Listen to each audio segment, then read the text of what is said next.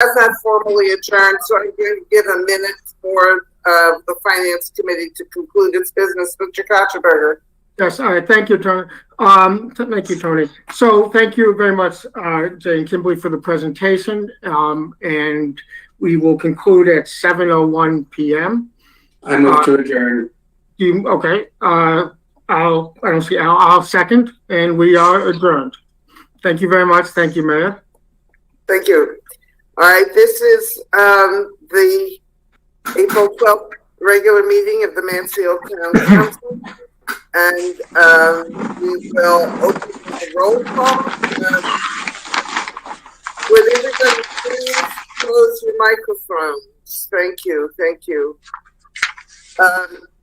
Ms. Chain, would you please call the roll? Yes, Osberger. He's here. We can see him. Berthelot. Here. Bruder. Here. Frattoni. Mr. Freudman. Frattoni is excused for work issues. I'm here. Freudman here. Thank you. Kotchenberger. Here. Moran. Here. Shuren. Here. Shaken. Here. Thank you. Thank you. The next item on our agenda is a public hearing on the Mansfield Town budget. Mr. Freudman. Yes, I think, I'm sorry to interrupt you. I really didn't mean to. I think this is something I have to do at the very beginning of the meeting, maybe not, but I wanted to request a change in our agenda. I'm requesting that we move item 7C, which is the Historic Restoration Fund grant and is in our consent agenda. I'd like to move it from the consent agenda, item 7C, over to old business, item 8C. Okay, that's done. That is at the standard rule about the consent agenda. In the future, Mr. Freudman, when we get to the consent agenda, would you make your motions to change it at that time, please? I shall. Thank you. All right. So the first item on our business is the public hearing on the fiscal year 2021-22 budget. Mr. Aylesworth has already presented this budget to the council. We're now open for a public hearing. There is a public information session scheduled for April 19th. Members of the public are invited to attend that for a more detailed accounting. Mr. Aylesworth, you want to introduce this public hearing, and do we have anybody who wishes to testify? Thank you, Mayor. As you noted, we had two meetings on the budget last week. The first was on Wednesday, where I provided an overview of the town manager's budget recommendations in their totality. And then on Thursday, we had a more focused discussion on a few different specific departments or functional areas of government, and we'll be proceeding with additional focused discussions this week on Wednesday and Thursday. We did have one member of the public that Tasha alerted me was interested in speaking tonight, and I believe was provided the information to call in or to access the meeting. That was Mr. Eric Holinko. I don't see him. Tasha, did you hear anything if you're there? I don't see him in now, and I'm checking my email to see if he sent me anything since the telephone call, but I don't see anything from him, and I haven't seen anyone trying to come into the room. That was the only member of the public that I was alerted to having anything to say tonight. Okay, then I will close the public hearing on the budget and move on to an opportunity for the public to address the council on any issue. Mr. Shaken? Tony, could you just briefly tell the public that this is not the only public hearing on the budget? For anyone who might have just been casually listening, it may have seemed like that was the only opportunity for the public to talk about our budget whatsoever. There will be plenty of opportunities for people to talk about the budget. There will be public comment opportunity at any of our regular meetings. There's public comment available following work sessions, or special meetings. Then, in addition, there's the public information session with Mr. Aylesworth on the 19th, where public comment is also available. And then we will have once the council has made its changes to the budget, we will also open the meeting to public comment. So there will be lots of opportunities. Plus, there will be some form of a town meeting later in the spring, not on our regular date, but later on. So plenty of opportunity, and we encourage members of the public who do have commentary on the budget to please do so either through the through virtual commentary during our meetings, by email, by letter, whatever. So, Madam Mayor, one second. I'm communicating with our town clerk. I believe we actually needed to do an official roll call for the public hearing, for the record. Yes, Madam Mayor, we didn't open the public hearing with a call to the public hearing as per usual. okay. So, go ahead. So we will now do the official call for which we have nobody present. So go ahead. A bit anticlimactic, but thank you.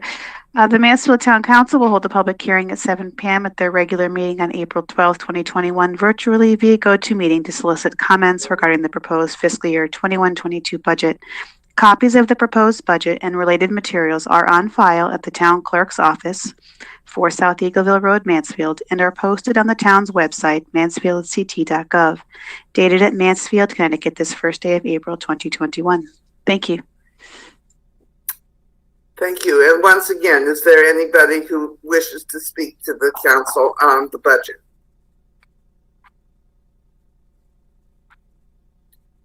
Seeing nobody, we will move on to our regular opportunity for the public to address the council on any topic. If anybody wishes to address the council on any other topic.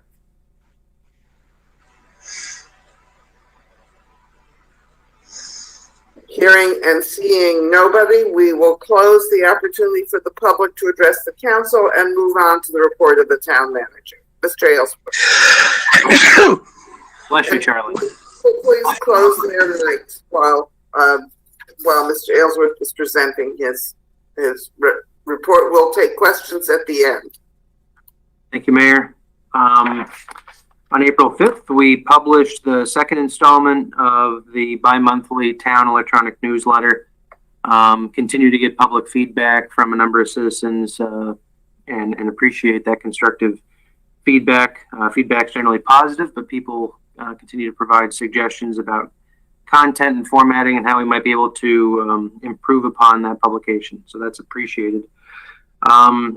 This past week, I engaged in a follow-up meeting with the executive director of the Rise Up Group. The Rise Up Group, as you'll all recall, is the entity that is spearheading the Connecticut Murals Initiative, the Martin Luther King initiative that we are now going to be engaged in with an eye towards a ribbon cutting or public sort of celebration recognition ceremony in the fall. And so I've been in contact both with the executive director now of the Rise Up Group a couple times, talking about next steps in the process, as well as a variety of stakeholder groups, including the Human Rights Commission and the Arts Advisory Committee.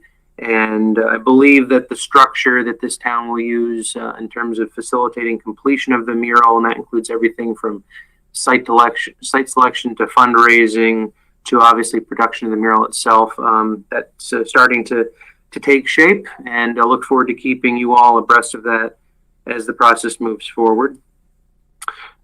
Just a quick note of something that's on the agenda for later in the evening, a couple different things actually.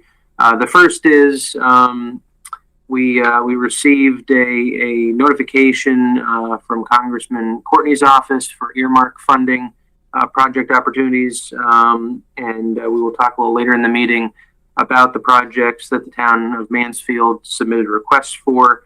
Also, there is newly issued guidance from Governor Lamont through Executive Order 10E that gives towns and cities additional flexibilities as far as their budget adoption processes. It basically gives us the ability to have some relief, so to speak, from our charter, which is very specific about how the budget's adopted and when it's adopted. So we'll be having a discussion later in the evening tonight about what the town council would like to do in terms of potential deviation from the charter prescribed timeline for budget adoption and town meeting. Quick note from Superintendent Kelly Lyman, Mansfield Public Schools. Tomorrow is the bid opening on the new elementary school construction project. That project's been out to bid now for over a month, I believe. It officially hit the streets March 2nd. And so after a lot of expressed interest by contractors in a pre-bid meeting, we're expecting a pretty healthy number of bids tomorrow.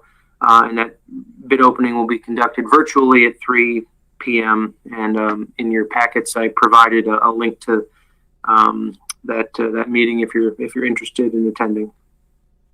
I won't touch too much on updates from the health district because I believe Rob will speak to that later tonight.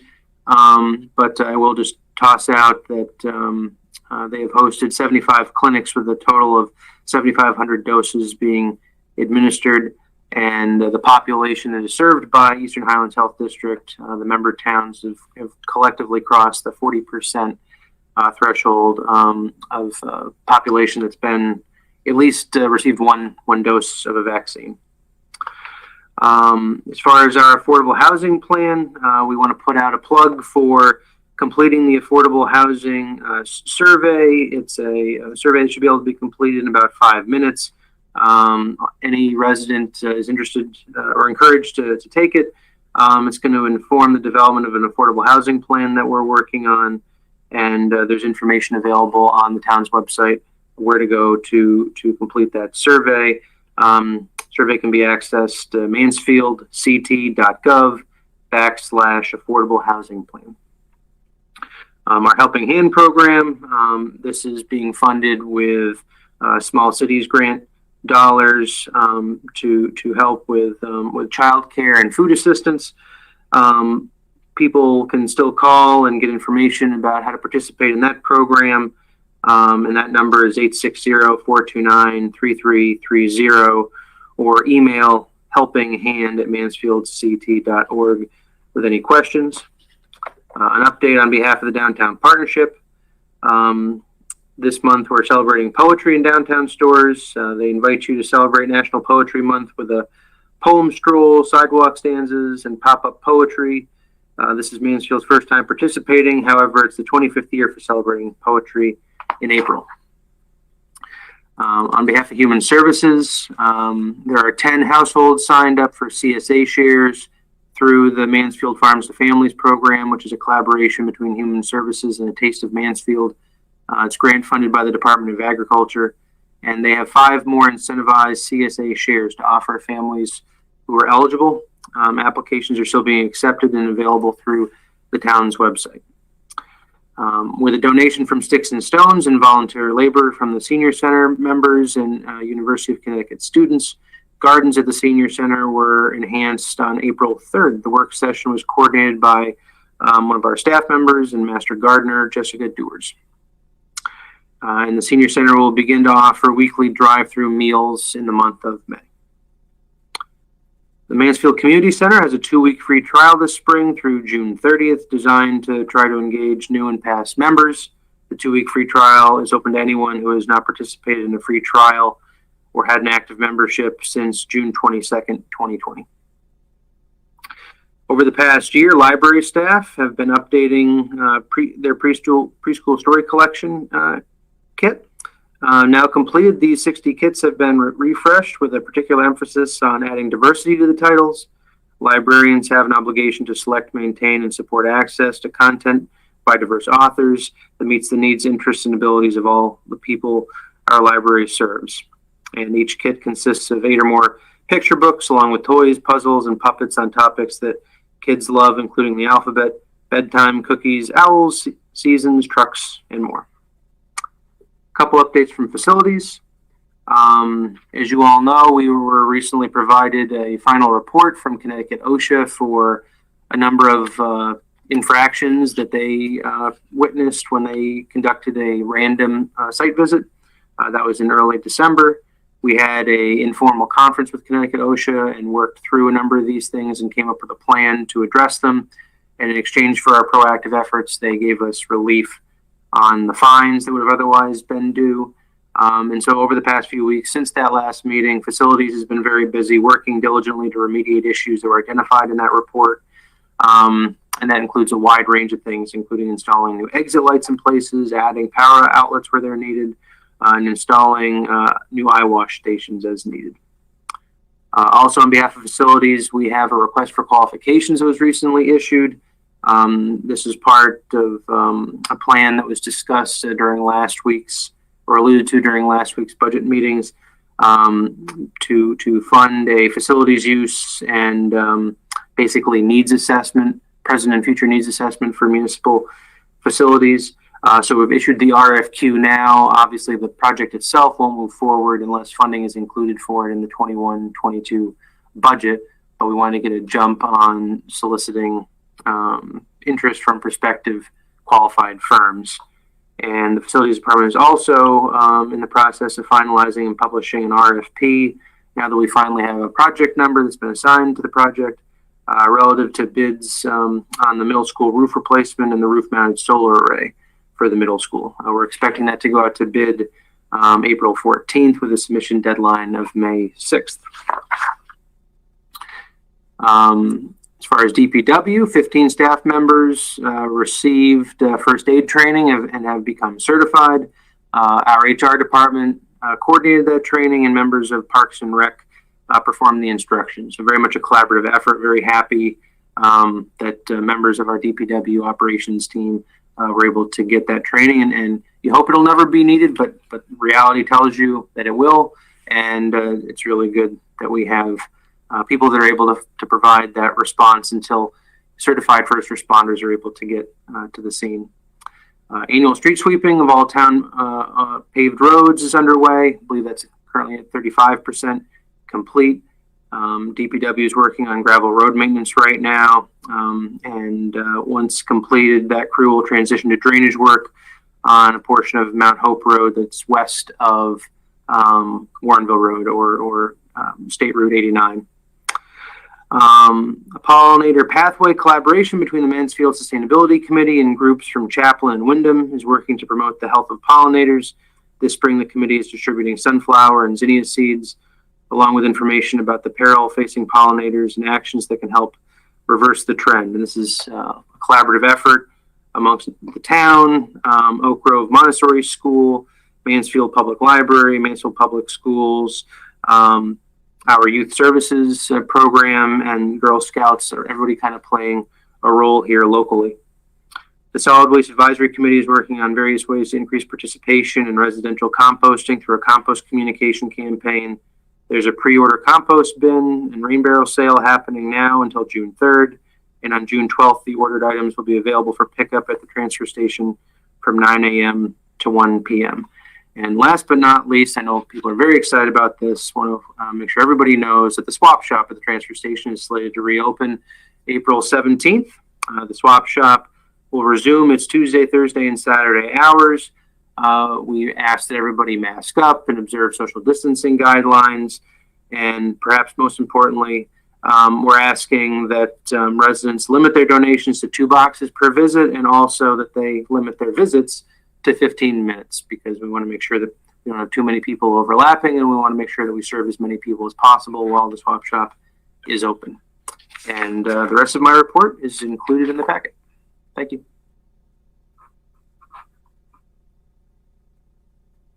Thank you, Mr. Aylesworth. Ms. Berthelot. Thank you, Mayor. I just want to add an extra plug for completing the affordable housing survey. It's super important. Our affordable housing work will really influence our ability potentially to be inviting and encouraging for young families to move into our town, and also potentially create additional ways for people to age in our towns comfortably, not needing to move away. So your input is not only are we hoping that you'll do it just because you're interested, but do it because it will really impact the future of our community. Thank you. Thank you. Any further questions for Mr. Aylesworth? I have one. When do you think the new building for the swap shop will be built? I know that may be in the Department of Public Works report, but do you have any timing ideas? And it's a great question to pose to John Carrington. Okay, yeah, I'll do that later. All right, any further questions about Mr. Aylesworth's report? All right, thank you once again. The next item on the agenda are reports and comments of town council members.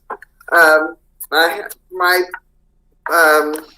comment is that I just received an invitation to attend the 2021 International Association of Puppet Friendly Cities, the AVIAMA.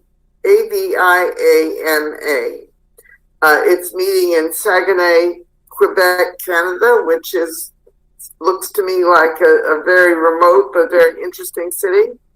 And at some point, I would like the council's guidance on whether or not Mansfield should join this organization. There doesn't seem to be a membership fee, but an invitation to attend the conference.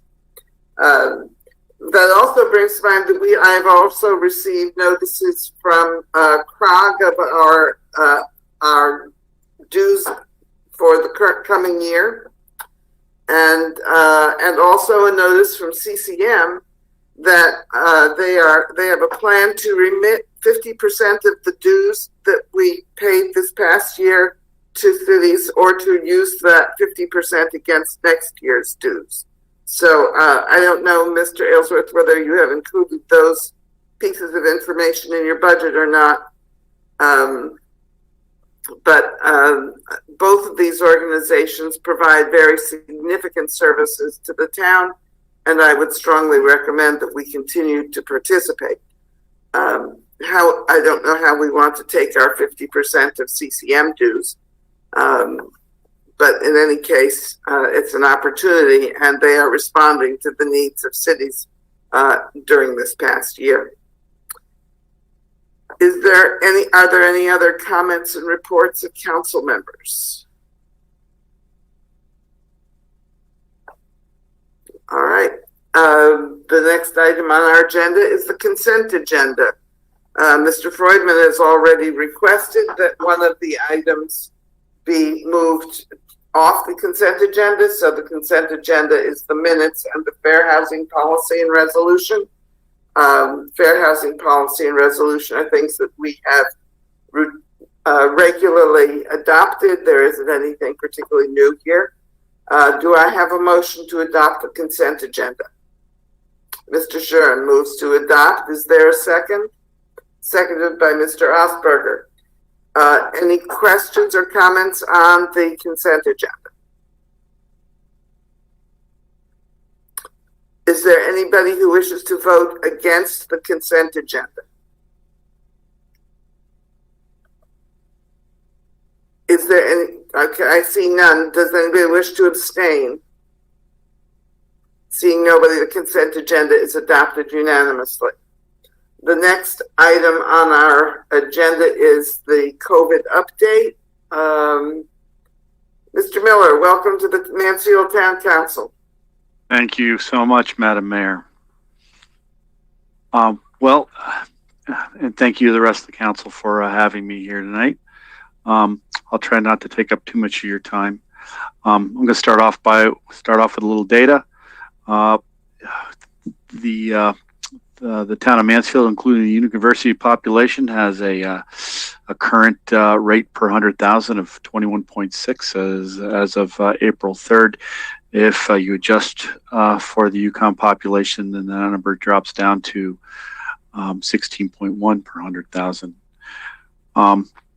I can also tell you that statewide, that number is 32.8. The university there also continues to be testing at the Mansfield Middle School on a weekly basis. The numbers have dropped over the past, they've kind of stabilized over the past number of weeks after a drop last week. In terms of total number of people participating, taking advantage of that service. The health district has also been engaged regularly with the UConn Student Health Services and DPH. We continue to meet weekly with state health officials just to kind of review the university's efforts on terms of infection control, isolation, quarantine. Of course, those meetings are probably going to cease, not cease, but they'll continue through the end of the semester. But then I suspect this summer that they'll probably be put on pause. My office continues to stay involved with the coordinating group, which stood up and operationalized the mass vaccination site at the University Holly Armory. I can tell you that this week they've got 1,600 appointments, which are all filled. They'll continue to seek to provide enough appointments for about 400 doses a day for at least 4 days a week for the foreseeable future. I think they're going to try to push that up to 5 days, but that's pending available vaccine. Again on the vaccination front, the Eastern Highlands Health District has successfully fully vaccinated all of the E.O. Smith and Mansfield Board of Ed staff, at least those who chose to seek vaccine. We were able to finish up with the second dose clinic for the Mansfield Board of Ed staff last Friday, and for the Smith staff the previous Wednesday before that. We continue to work to vaccinate homebound every week. Our current objective is to do 5 individuals a week, and we've done that the past couple of weeks, and we'll continue to do that moving forward.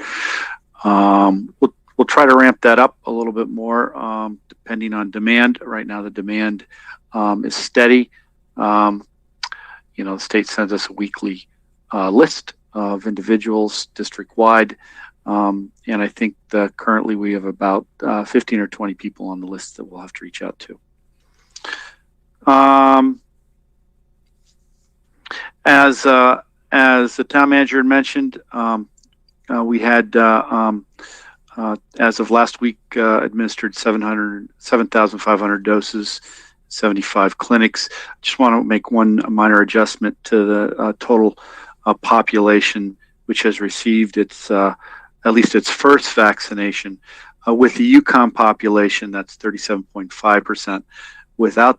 Adjusted without the UConn population, it's 46%, which has received their first dose. For the town of Mansfield, again, adjusted for the UConn population, that's 57% have received their first dose. And that's an estimated number based on the number of publicly published number of students which have been received their first dose, and then also an estimate of the total number of year-round residents in Mansfield provided by the planning department. And then for the state of Connecticut, first dose coverage is 41%.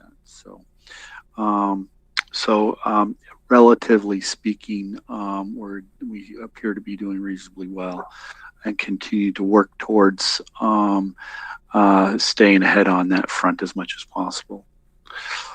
Mr. Miller, if I may, Yes, you're fading off a little bit as you're speaking. Could you keep the voice up better? just a little bit? Yeah, thank you. Of course. And at this point, moving forward, planning forward, we're we're anticipating towards the end of, we're going to continue to provide a public, general public clinics at the Mansfield and at E.O. Smith at the Mansfield Community Center sites through this month. And we're anticipating at some point that there's going to be kind of a shift in demand where supply will exceed demand. And we're starting to begin now to plan for ramping up messaging in an effort to address what we anticipate will be vaccine hesitancy among the population as we start to make that shift from less than adequate supply to more than adequate supply. Just as an aside, the manufacturing glitch with the Johnson & Johnson vaccine has impacted us.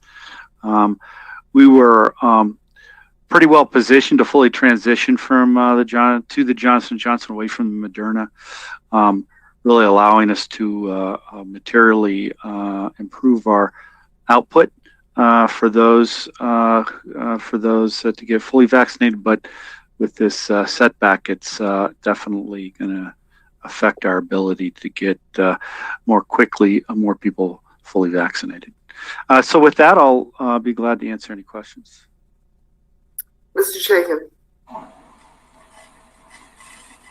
Thanks, Mayor. Thanks for the report, Rob. It's helpful. I had a question just about that point that would seem to be getting closer to earlier than we thought, where the supply of vaccinations outstrips the demand. And I'm wondering if you know of any plans underway in a sort of more widespread way than we have right now, where there are essentially mobile, no appointment necessary clinics happening in places that are being underserved by vaccine distribution, for it to become more easy for someone who's maybe indifferent about receiving the vaccine, such that they're not seeking out appointments through often hard to navigate online systems, to just sort of show up on a day and get a shot without having to deal with the struggle that those of us who have been willing to sprint full speed into the needle, if that would get it into our arms faster, like me, have been able to do to navigate to get a vaccine more quickly. So do you know if there's been conversations with the state for, the department to drop the requirement, for example, that folks are registered in VAMs before they sign up for a vaccine, or to stop requiring appointments or anything like that? Yeah, there's definitely been quite a bit of, can you hear me? Okay, Yes. There's definitely been quite a bit of dialogue with local public health and state public health officials on that front. In fact, the state is working with local public health and in particular targeting disadvantaged populations of color and other populations who are challenged to access an allocation of resources in an effort to reach those populations. That's going to occur here sometime in the next month or so, and along with those resources is going to be a couple of things. You've probably heard about the FEMA mobile van that's going around the state right now, targeting a number of some of those vulnerable populations and communities. There's no appointment necessary for the FEMA mobile van. It's a walk-up scenario, and there's going to be a couple of places in Eastern Connecticut where it's going to be located. There's also additional funding coming through the state of Connecticut, which is going to provide for a series of mobile pop-up clinics. Again, my understanding is that it's going to be a walk-up scenario, or it's going to be a scenario where people are going to be, there's going to be resources which are going to be proactively making appointments on behalf of individuals who may be challenged by that. I know Griffin Hospital has a fleet of 30 to 35 of these mobile clinics that the state has put out there for use and for funding. For our part at Eastern Highlands Health District, we're still saddled by the VAMS system.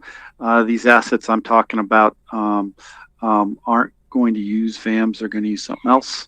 I'm not quite sure what, but my understanding is that certainly the objective is to make vaccine more accessible to those who may be challenged otherwise.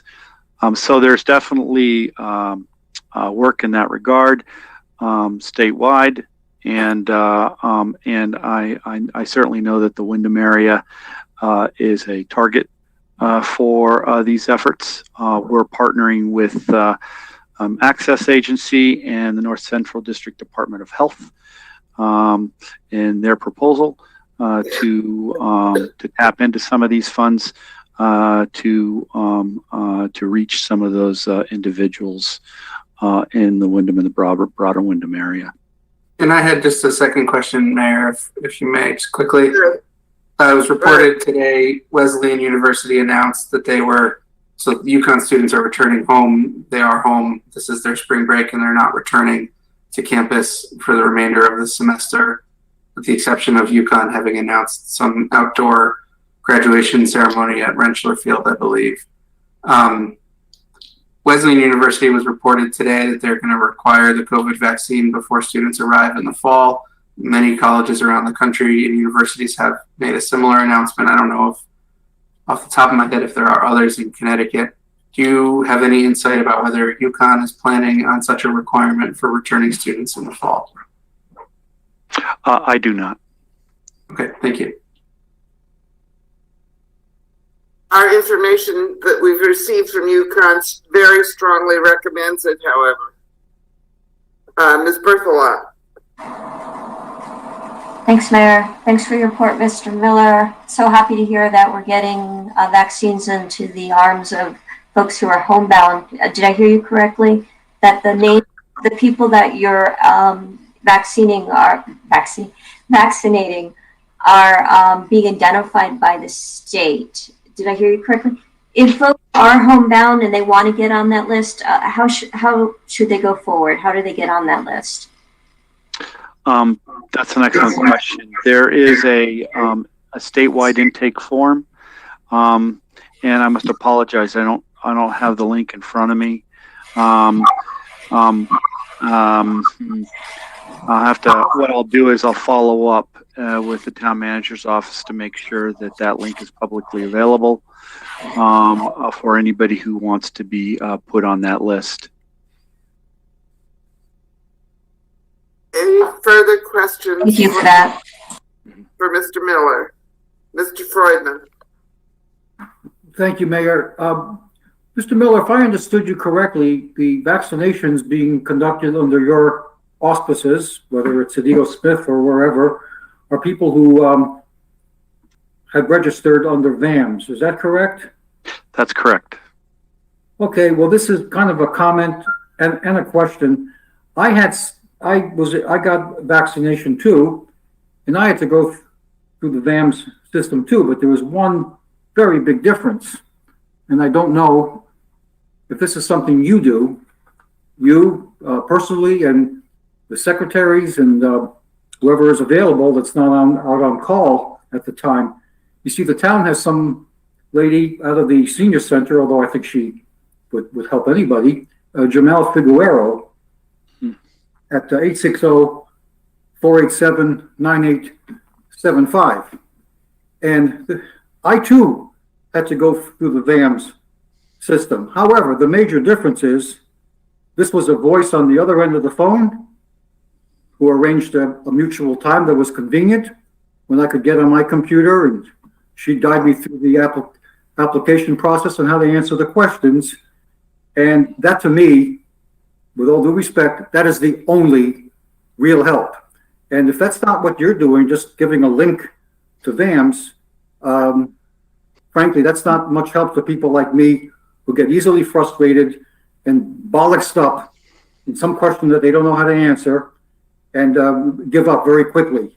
So I'm just wondering if that's, unless you're completely busy and everybody in your office and every sanitarian that you have that's not, they're all out in the field, if any of them are available, how come there's nobody that would actually guide somebody through the online process over the phone?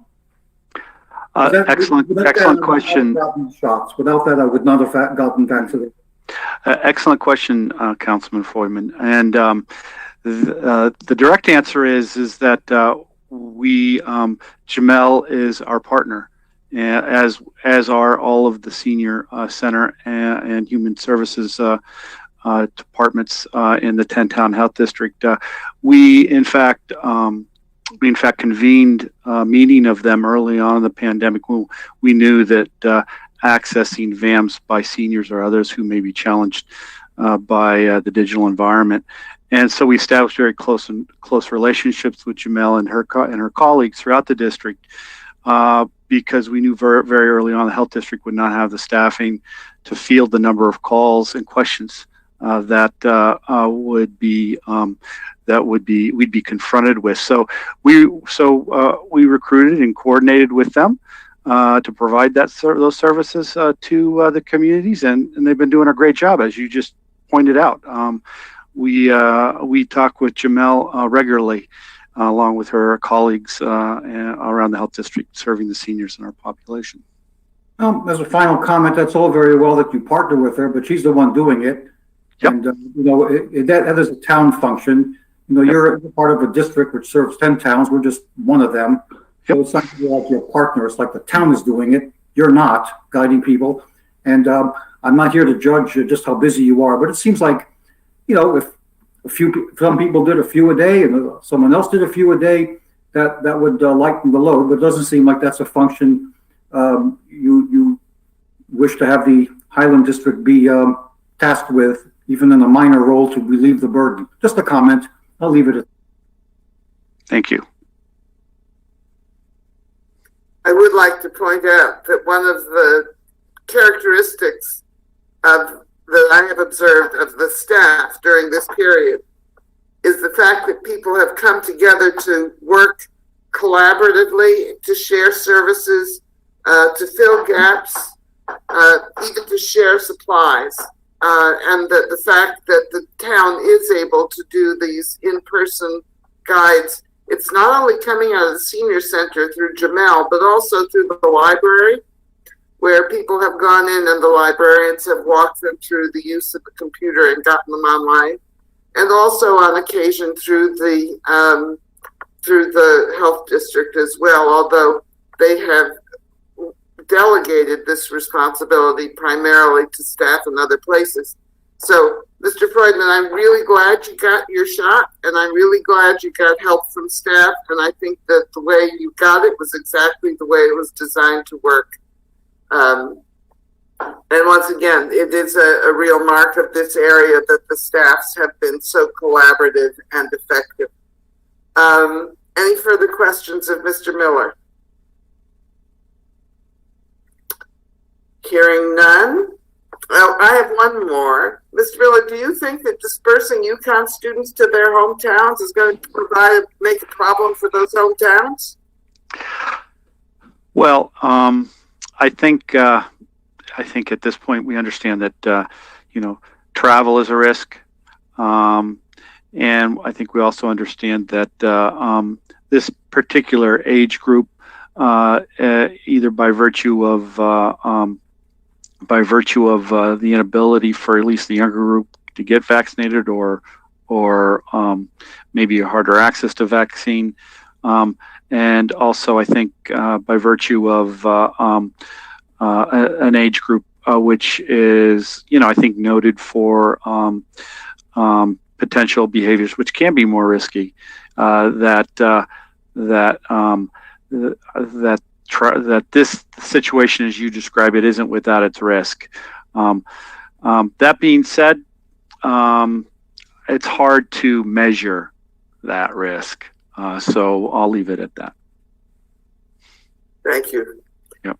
Well, I wish all those students well over the last month of their classwork, which must be virtual. All right. Anything further on the COVID? All right. Thank you very much, Mr. Miller. Once again, enjoy your evening. Thank you. We will now move on to the Four Corners Sanitary Sewer Project assessments. Mr. Aylesworth, do you want to begin? Sure. I'll turn this over to our DPW Director, John Carrington, very briefly. But just to remind the council what it is that we're talking about, the Four Corners Sanitary Sewer Project was approved by referendum in November of 2014. At the time, the expectation was that this would be a $9 million project. The final project cost did come in a bit under that, $8.4 million, which left $5.4 million to be paid through general assessment, through assessment in the general tax base. The council ultimately decided that that remaining amount would be split evenly between taxes and assessments. And so staff have been busy. I know you received a briefing in October 2020 from the assistant town engineer at the time on sort of walking you through how the assessments were being calculated. And so we need to codify that tonight. So without any further ado, I'll turn over to John and Derek to provide any additional pertinent information. Thank you, Ryan. Yes, as Ryan mentioned, we went through this in October, and we're coming back now because we've calculated the proposed assessments according to Chapter 159 of the Mansfield Town Code. And besides the assessments, the ordinance also states that the WPCA must adopt those proposed assessments for the properties in question, and they must adopt provisions for deferment if we recommend any, and may provide for the payment of assessment in substantially equal annual installments to be established by you. And it's also in Connecticut General Statutes, Section 7-250, that a public hearing must be held by the WPCA to permit property owners to be heard regarding their proposed assessments. And there's some conditions of that. Has to be noticed at least 10 days before the date in the newspaper. A copy of the notice has to be mailed to each property owner who's going to be given the assessment. And a copy of the assessment must be on file in the office of the town clerk. Mayor, just a point of inquiry. Do we need to have been convened as the Water Pollution Control Authority in order to have this discussion? That was one of my questions as well. The packet says we need to be one in order to vote. I'm wondering if we need to convene ourselves as one right now. Let's get to the... I believe that is in order. Yes. May I move that the council recess as the town council and convene as the Mansfield Water Pollution Control Authority? Is there a second to Mr. Shake? Ms. Berthelot seconds. Any further discussion? All those in favor say aye. Aye. Okay, we're the Water Pollution Control Authority. All right. Go ahead, Mr. Carrington. Any further part of your report? And with that, on page 43, we listed the assessments, and how we came to that number is based on the actual cost of the project was just a little under the $5,400,000. It was $5,392,185.20, and then the finance cost was $2,042,458. That's the finance cost over the 20-year bond. So those two together divided by 2 comes out with an assessment of $3,717,321.60. And that's what's on. It shows all the 61 properties, what their assessment is based on. If you remember from October and other briefings, Derek showed you how residential was assessed and how commercial property was assessed based on units. And that's how we came up with these numbers. With that, we're recommending that the council defer a couple properties, actually 1, 2, 3, 4, 5 properties. One is a complete deferral and others are partial, and that's based on their property. If their house is farther than 100 feet from the connection to the sewer line, and also portions for undeveloped parcels in a residential zone beyond a single family home. So we don't want to penalize somebody, that is in a residential area that could build something, but we don't want to assess them for that if they just have a single family home now, even though they could fit more in, and defer a portion of assessment for single family homes in commercial zones that are in excess of the single family homes. So there's one property on Timber Drive, for example, it's a single family home in a commercial zone, so it could be assessed, and that's the second from the bottom, for a total assessment of $50,000. We'd like to defer $13,000 of that. And so with that, the staff is requesting that the WPCA adopt these proposed assessments. They adopt the following provisions for deferment that I just went through. The staff also requests WPCA provide for payment of the assessment in 18 substantially equal installments, and that we set a public hearing for 2 weeks from today at 7 p.m. on April 26th. All And right, that's all I have. the motion is primarily to set the public hearing on the proposal. I'd like to use this time to ask a question of Mr. Carrington, Mr. Aylesworth, and others. There's an awful lot of noise coming from somebody. Looks like it's coming from Terry's. There we go. So the questions are factual. We will, once the motion is on the floor for the public hearing, we can have other kinds of questions. But let's start for information purposes. Ms. Berthelot, followed by Mr. Freudman. Thank you, Mayor. Just for clarification, we're using the word defer. Does that mean defer for a period of time, and if so, for how long, or is that defer into perpetuity? It's legally it's to defer until they change their property to where we would have to assess it. What we're hoping will happen in all this is there will be some development in Four Corners, and a lot of these assessments that you see over 18 years people will not end up paying this, because if somebody comes in and builds a 400 unit complex, that's going to take a lot of this cost away. And, basically 2 developers come in and build something that's been out there may wipe out, 16 years of this 18-year assessment. So if nothing happens and they don't change what their use of their property, it'll be forever for that 18 years.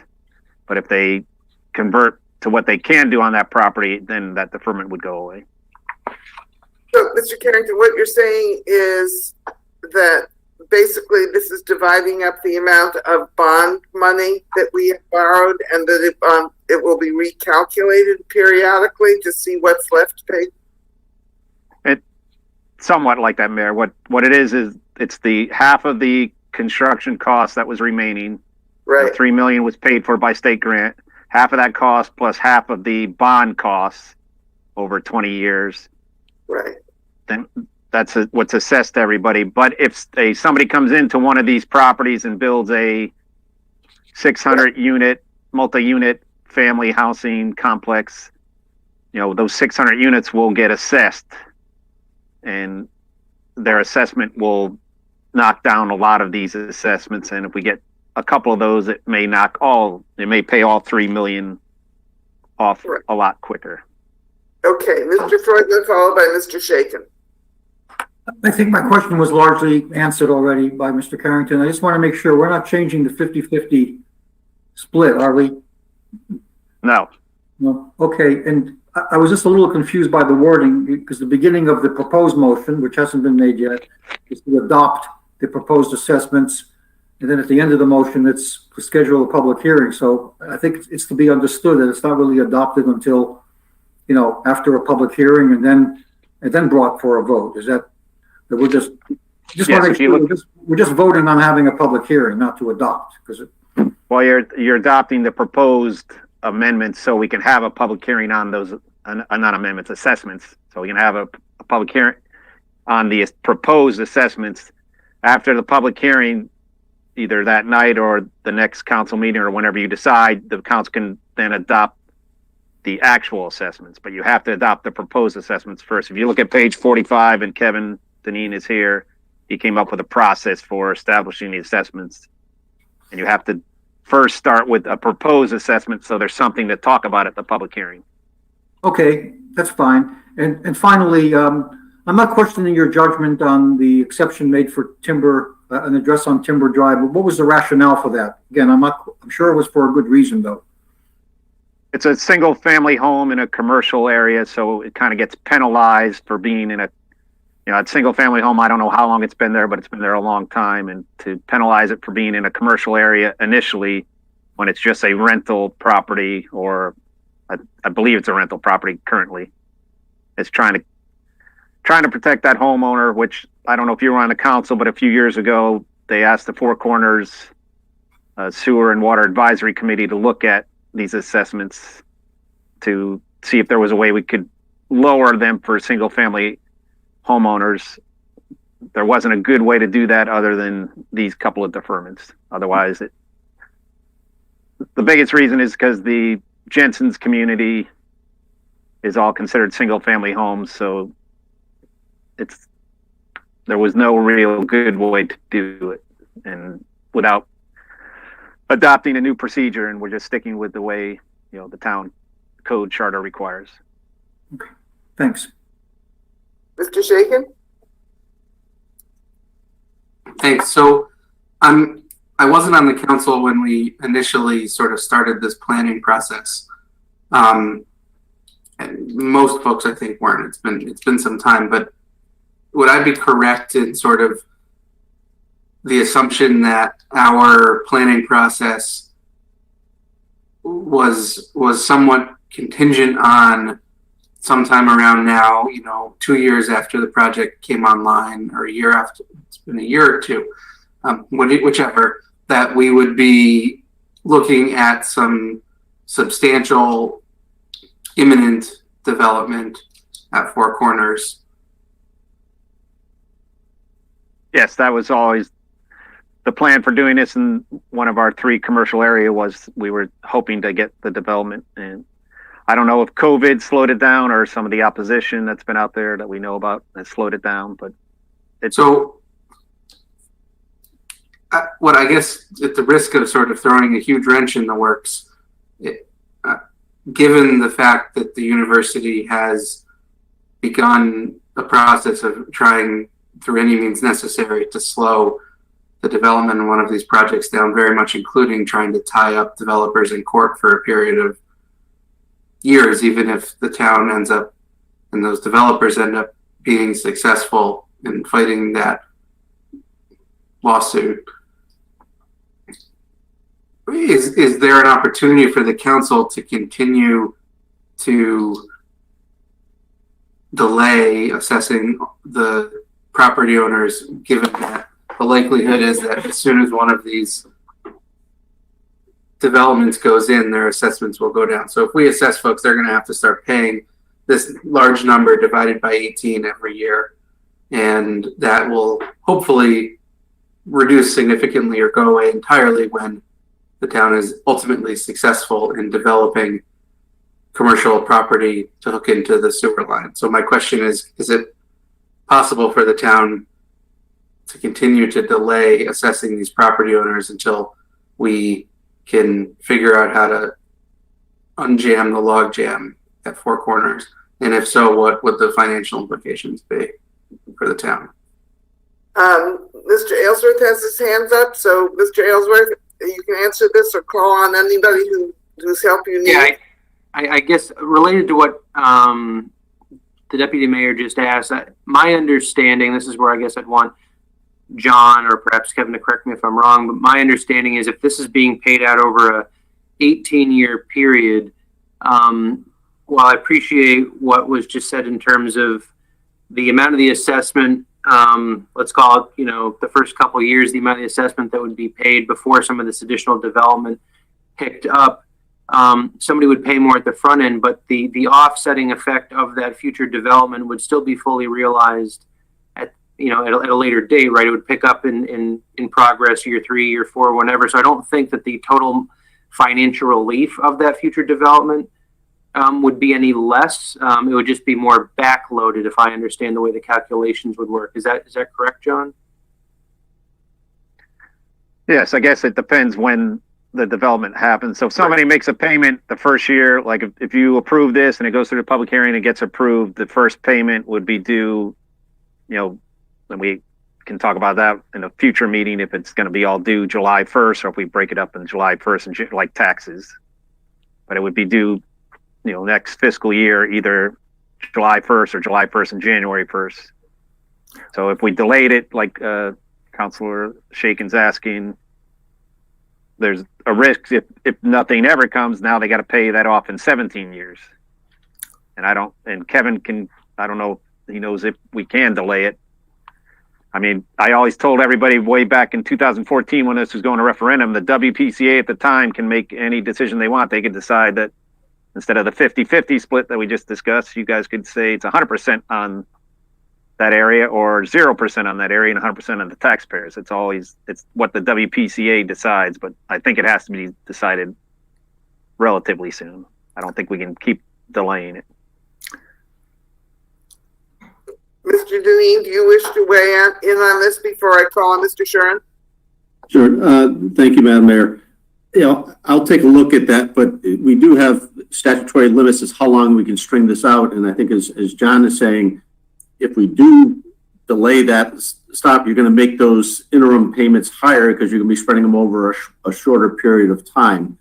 And I know we're focused on a number of developments that seem to be getting frustrated a little bit on the appeals process, but it's awful difficult to project out, let alone 15 or 18 years, 5 to 10 years, both economically and, where things are going to be developed or not developed. So I think I tend to agree with John that, there's, and Ryan, that you're going to have a little bit of a front load, but that relief, if it happens, because if you're kind of betting that it's going to happen if you defer it even further, and then if it doesn't, you're going to be hitting everybody with a larger payment during those periods of time. But I'll take a look at that for Council Shakin. I'm not quite sure that you can do that on an individual basis, but I'll take a look at that.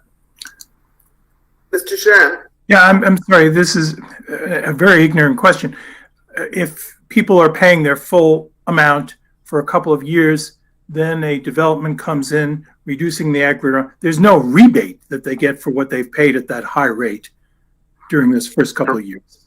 You are correct. There is no rebate. Whatever they pay is lost. So yeah, I understand for Shakin what he's saying.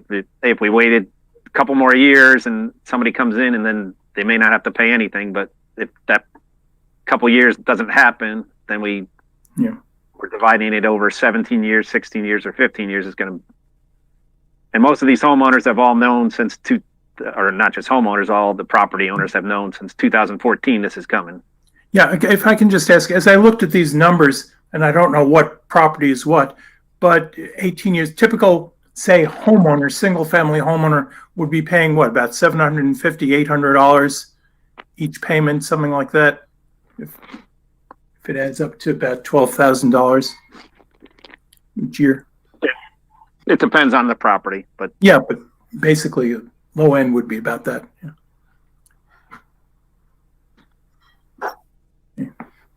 Okay, Mr. Shakin for the second time.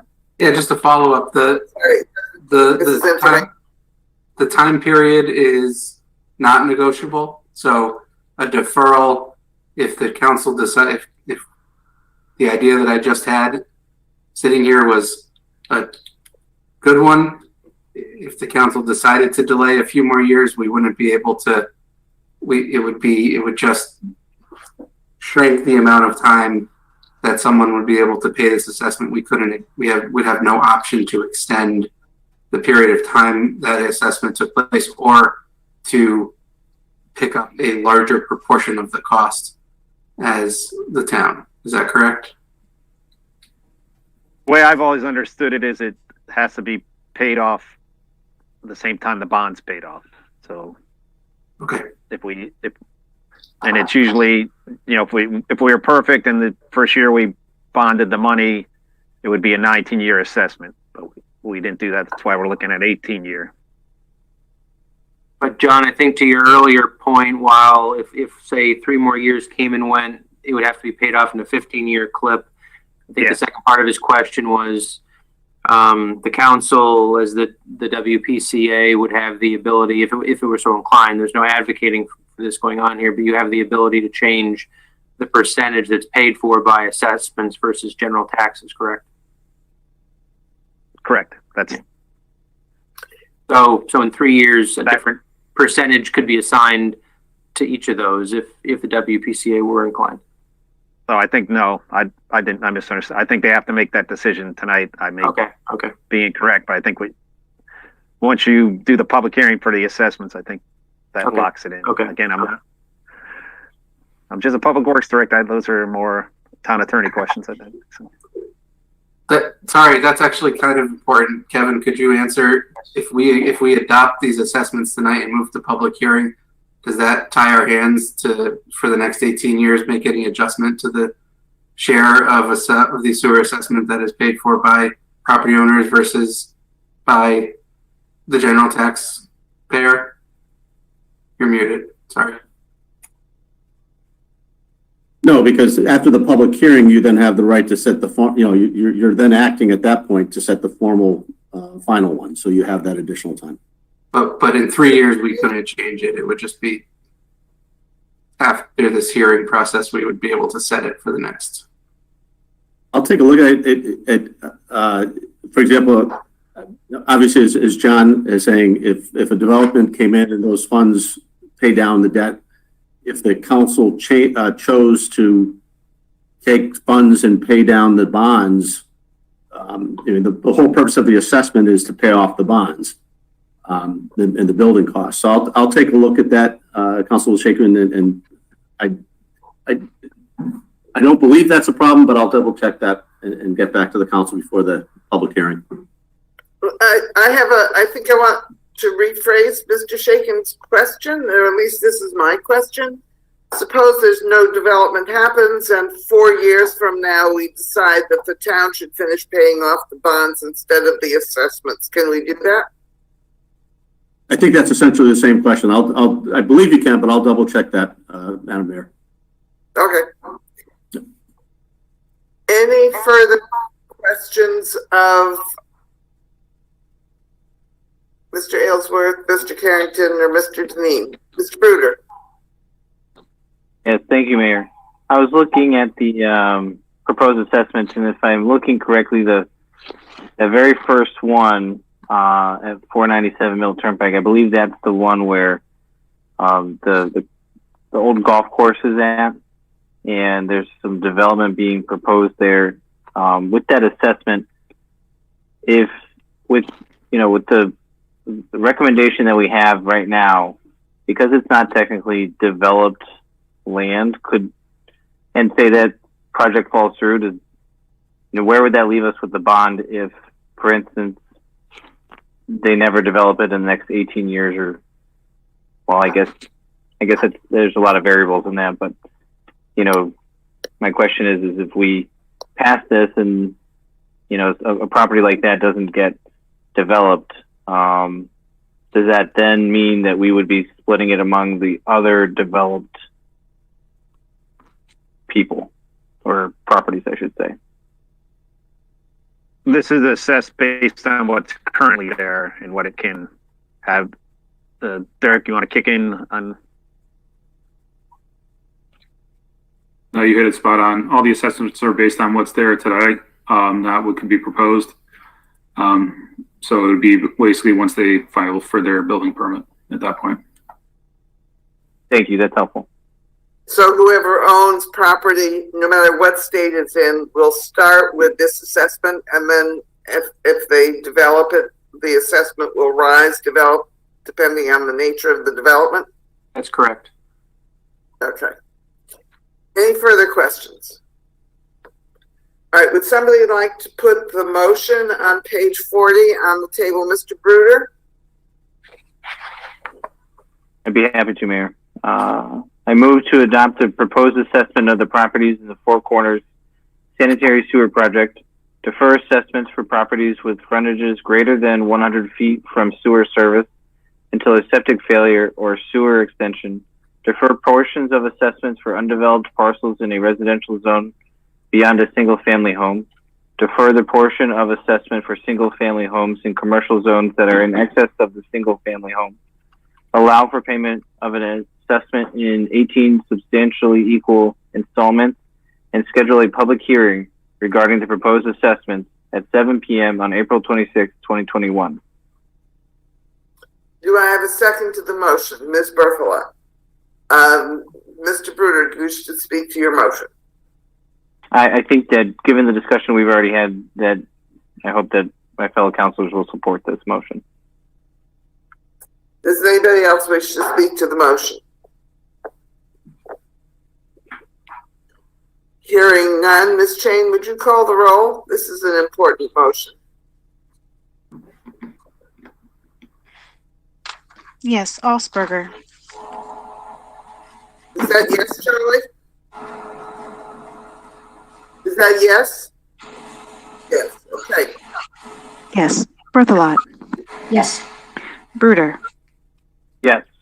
Freudman. Yes. Kotchenberger. Yes. Moran. Yes. Shuren. Yes. Shaken. Yes. Thank you. Thank you. The motion has been adopted. Now I need a motion that we recesses the Water Pollution Control Authority. Mr. Bruder? Move that we adjourn. Is there a second? Seconded by Ms. Berthelot. All those in favor of coming out, recessing, yes, the Pollution Control Authority, just wave your hand. Yeah. Okay. Anybody opposed? All right. We're coming out. We're back to the town council.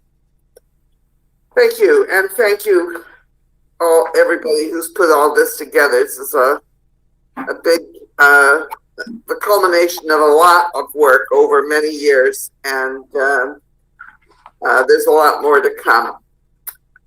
All right, the next item on this agenda is the what was 7C, it's now 8C, the revised certified resolution for the Historic Restoration Fund grant. Mr. Aylesworth, would you just tell us about this? Sure. Thank you, Mayor. As I understand it, and there's a brief summary in your packet, but as I understand it, this plans around this go back a few years. That the Mansfield Historic Society has been partnering with the town for about 3 years now, trying to secure an HRF grant from the State Historic Preservation Office for installation of a drainage system and related site work. And that's at two town-owned buildings that Mansfield Historic Society occupies. The proposed project will alleviate the basement flooding issues, and the Historic Society's contention is that the problem must be resolved before any additional repairs can be done to preserve the buildings. The town council previously approved $50,000 in matching funds for the project in the 2019/2020 town budget, and also approved this particular grant application we're discussing tonight back in July 27th of 2020. But unfortunately, the HRF grant program was temporarily suspended before the application could be submitted. The SHPO office, the State Historic Preservation Office, is now transitioned to accepting applications only twice a year, with the next submission deadline being May 1st.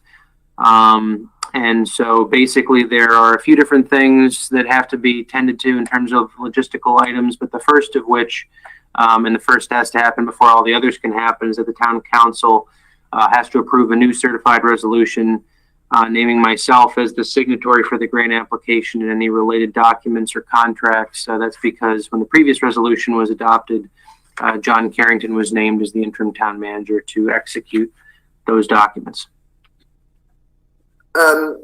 Questions regarding the information about the proposal? Not statements of position, but questions.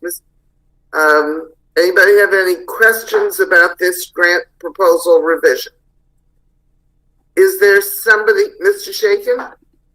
I'd like to make the motion. We can have a debate on it. We've had one in the past. Resolved effective April 12th, 2021, then Ryan Ellsworth, town manager, is empowered to execute and to deliver in the name of and on behalf of this municipality an application and a future contract if the grant is approved with the State Historic Preservation Office for Historic Restoration Fund grant.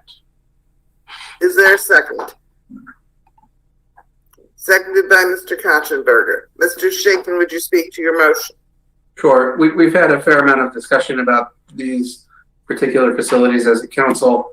In my eyes, the only difference, the only thing that we're doing tonight is changing town managers in our authorization.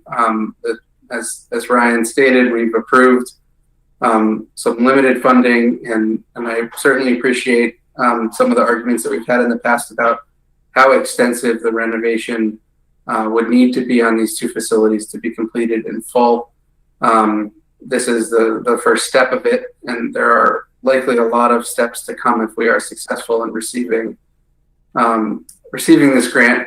I don't think our application for this funding would signal the council's making a decision about spending significantly more money to restore those projects. And again, we've had this debate and discussion. I don't think it's come to a resolution yet. I'm not under the impression the council's made a decision at all. But what I think this motion is doing is simply switching the authorization of John Carrington to Ryan, and I think that's a fairly technical amendment and correction to what we've already done. So I hope my fellow councilors will support it.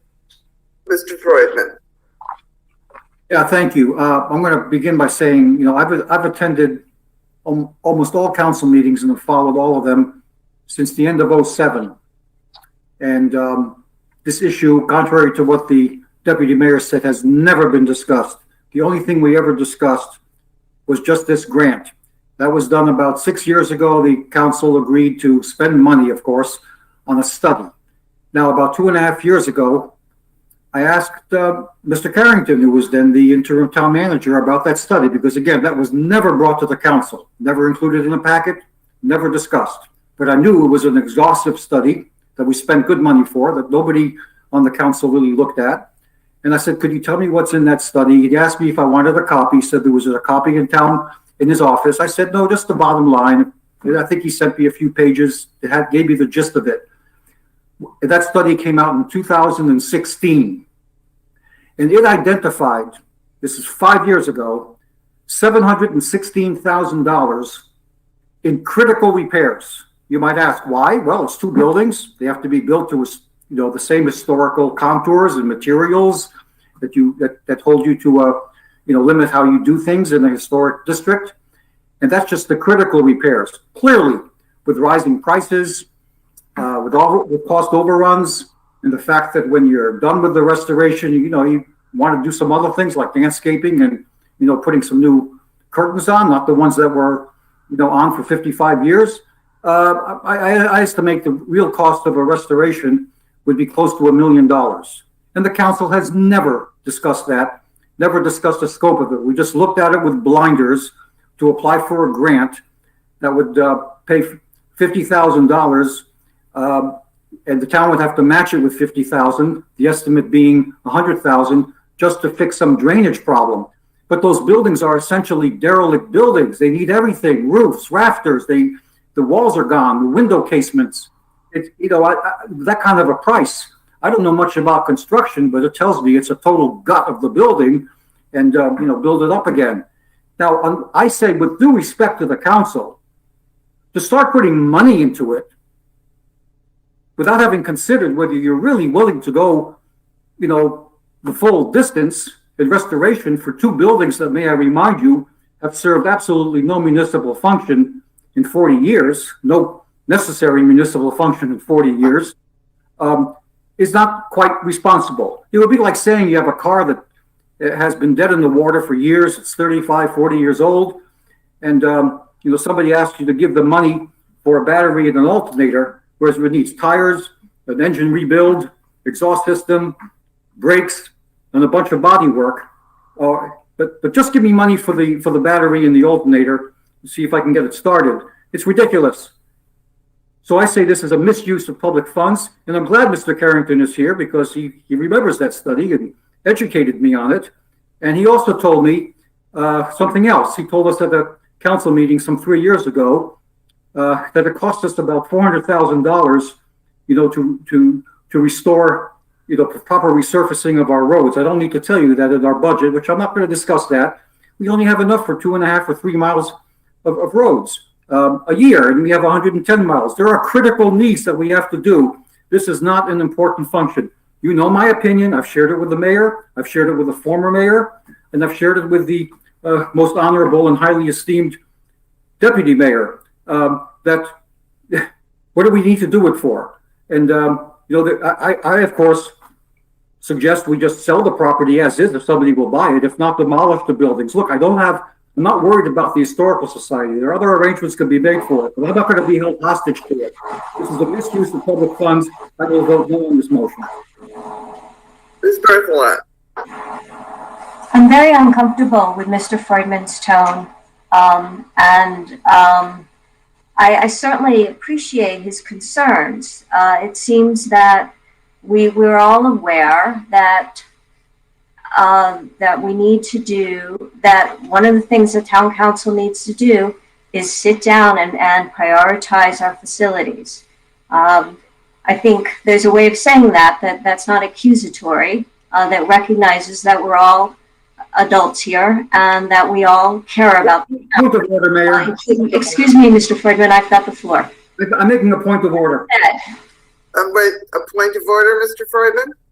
Yes, Ms. Berthelot just violated Rule 5 by impugning my character, by mischaracterizing my tone. My tone was not disrespectful, it's passionate. I was not impugning anybody's character, motives, or anything else. I was speaking from the heart. And I don't like I don't think the characterizations of my tone are proper. That's a personal comment. Mayor, I would like a ruling on my point of order. I am going to uphold your point of order, Mr. Freudman, and ask Ms. Berthelot to address the issue, please. I'm sorry, Mayor Moran, I didn't hear your response. I am upholding the point of order and asking you to address the issue.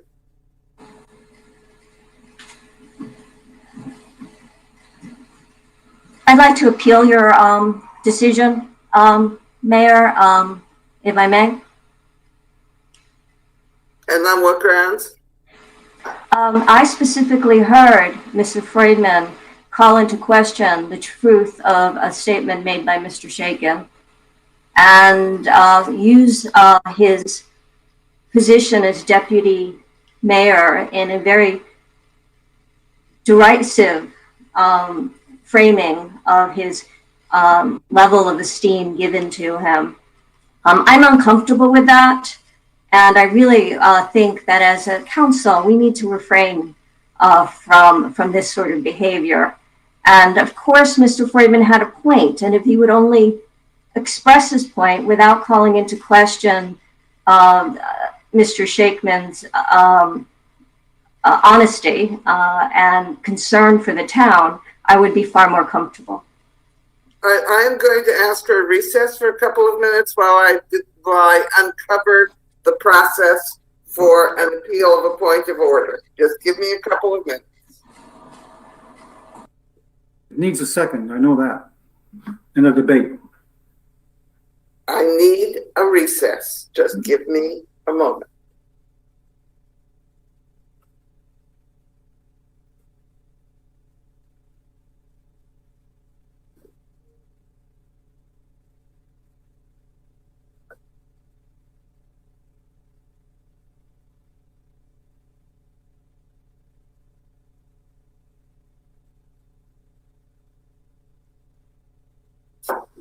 Be back in a minute.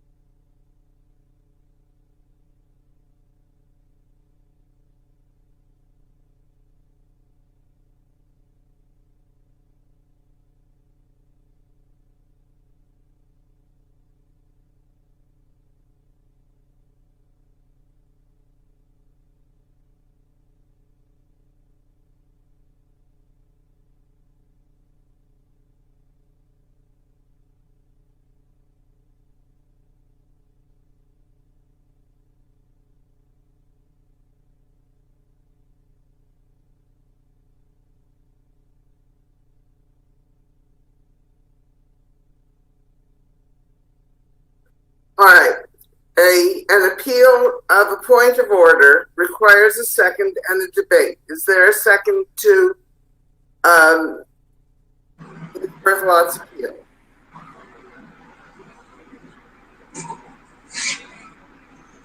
Mr. Katzenberger seconds. All right, now we need to debate the appeal. Ms. Berthelot, would you speak to your appeal?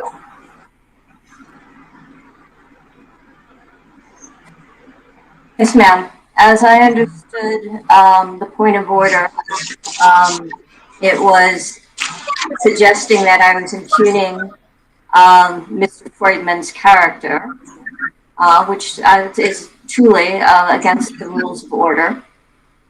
That what I was saying was that I was uncomfortable with the fact that he called into question Mr. Shakin's description of what had happened at prior meetings, suggesting that, in fact, Mr. Shakin was intentionally leading us astray, was not speaking the truth. And furthermore, the suggestion, I was uncomfortable with Mr. Freudman's use of the highly esteemed phrase in a way that sounded very sarcastic. And I'm uncomfortable with that tone in our meetings. I think it's very, very important that we all do our very best to maintain a level of decorum that is both professional and kind, and remember that everybody here is a volunteer and doing our best to serve the community. Does anybody else wish to speak to the appeal? Mr. Freudman. Thank you, Mayor. I totally refute the two contentions that Ms. Berthelot made. I will begin with the first one, with one, and then go to the second. That she thought that my tone of how I referred to Mr. Shakin was being sarcastic. It was not. I do hold Mr. Shakin in high esteem, and I've commended him many times. I think he's very fair-minded. He's sometimes taken my side on things when he felt that there was a parliamentary issue. I can give examples, but I don't think I need to. and he always treated me very well in a totally nonpartisan and unbiased way, unlike the way I am treated on other forums when he was chair of the Committee on Committees, and I don't forget that, and I mean it absolutely from the heart that I do hold him in high esteem. You know, I've been accused sometimes of, not violating the rules of decorum. Now it seems damned if I do, damned if I don't. If I just refer to him by his first name when we're supposed to be formal and respectful, that wouldn't be good. If I refer to him by his proper title, that's not good. No, I wasn't sarcastic, and if Mr.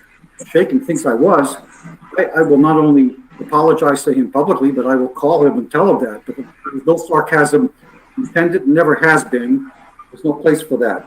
Now, to the second point, not in particular order, but this is the more serious one. Ms. Berthelot said that I said that then Mr. Shaken deliberately misled the council by alleging that we had discussed the full scope of what's needed at the former town office building and former town hall in prior meetings. In many meetings, as you know, when I say something, I often the exact packet and page number to which I am referring, so people can check my facts. And if I'm wrong, I would be the first to concede the point. But I try to be very accurate. To Ms. Berthelot, I would say, if Mr. Shaken can say when we have discussed the scope and how many hundreds of thousands of dollars of work is needed, and we really discussed it comprehensively, rather than just money for the study that was released in 2016 and just for the application for the grant that was done before and is being proposed that we knew it now, then I will stand corrected. But if he can't furnish meetings, previous meetings where he claims we have discussed it a comprehensive way, the total scope of what's needed, if he can't do that, then I stand by my statement that there have not been any meetings where we've really discussed the full scope of what's needed there. So I believe I was correct, actually, and I just was correcting what he said. But if he can furnish the dates when allegedly this was done, I'll go and check the minutes, listen to the videos, and I will stand corrected. But I don't think you're going to find it. So so I'm refuting both. Mr. Freudman, you are not speaking to the appeal. You're speaking to the issue that was under debate at the time. So okay, then I'll summarize. I was not being sarcastic. I was trying to be respectful to Mr. Shaken because I do hold him in high esteem. I mean it. And secondly, I never said that he intentionally misstated that we had spoken comprehensively about the scope of the work. Ms. Berthelot's allegation that I said that he was wrong and that he intentionally said something that was wrong, that's simply not true. So I refute it. I refute both points. I was not being disrespectful, and I never alleged that Mr. Shaken said anything intentionally wrong, just saying that's not how I ever remember any meetings. So I think both points, I've refuted both points, and I ask my colleagues to, uphold the original, however you do it, not to go with Ms. Berthelot's appeal because it's incorrect in my view. Thank you, Mr. Freudman. Mr. Elsberger. Yeah, just a point of reference. It is my opinion that in viewing the whole situation, that I did not find anything derogatory in Mr. Freudman's characterization of Mr. Shaken. Thank you. Let me explain my original ruling. I believe that Mr. Freudman was a little sarcastic. I believe he was his usual passionate and expressive self. I believe he was making exaggerated claims. But I didn't think they were much different from what we normally hear. It is true, by the way, that we have never had the formal discussion about facilities priorities. We haven't discussed firehouses. We haven't discussed town hall. We haven't discussed the historic buildings.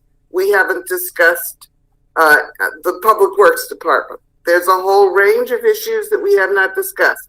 But we did decide to postpone the discussion in order to get us enough money to stabilize these two buildings at the top of Spring Hill, which are symbolic of our town. So, in fact, one of them appears on the traditional town seal. So, I understood Ms. Berthelot's concern about Mr. Freudman's statement, but I did not actually want to get into the kind of debate that we have now gotten into. And and consequently, I had ruled against her point of order. So unless somebody has anything additional to say, it's time to do a vote. Excuse me, Mayor, you upheld the point of order, and I'm glad you did. You didn't. I upheld your point of order, but now it is time to vote on Ms. Berthelot's appeal. I think I'm going to need to have the town clerk call the roll. So the question is Ms. Berthelot's appeal of my ruling that Mr. Freudman was not out of order in his comments to be upheld? I don't understand. The question is, Ms. Berthelot has issued an appeal of my point of order. So the question is, does my point of order stand or be overturned? If you vote yes, my point of order will be overturned. Just for clarification, I think Mr. Freudman's point of order was that I had impugned his character.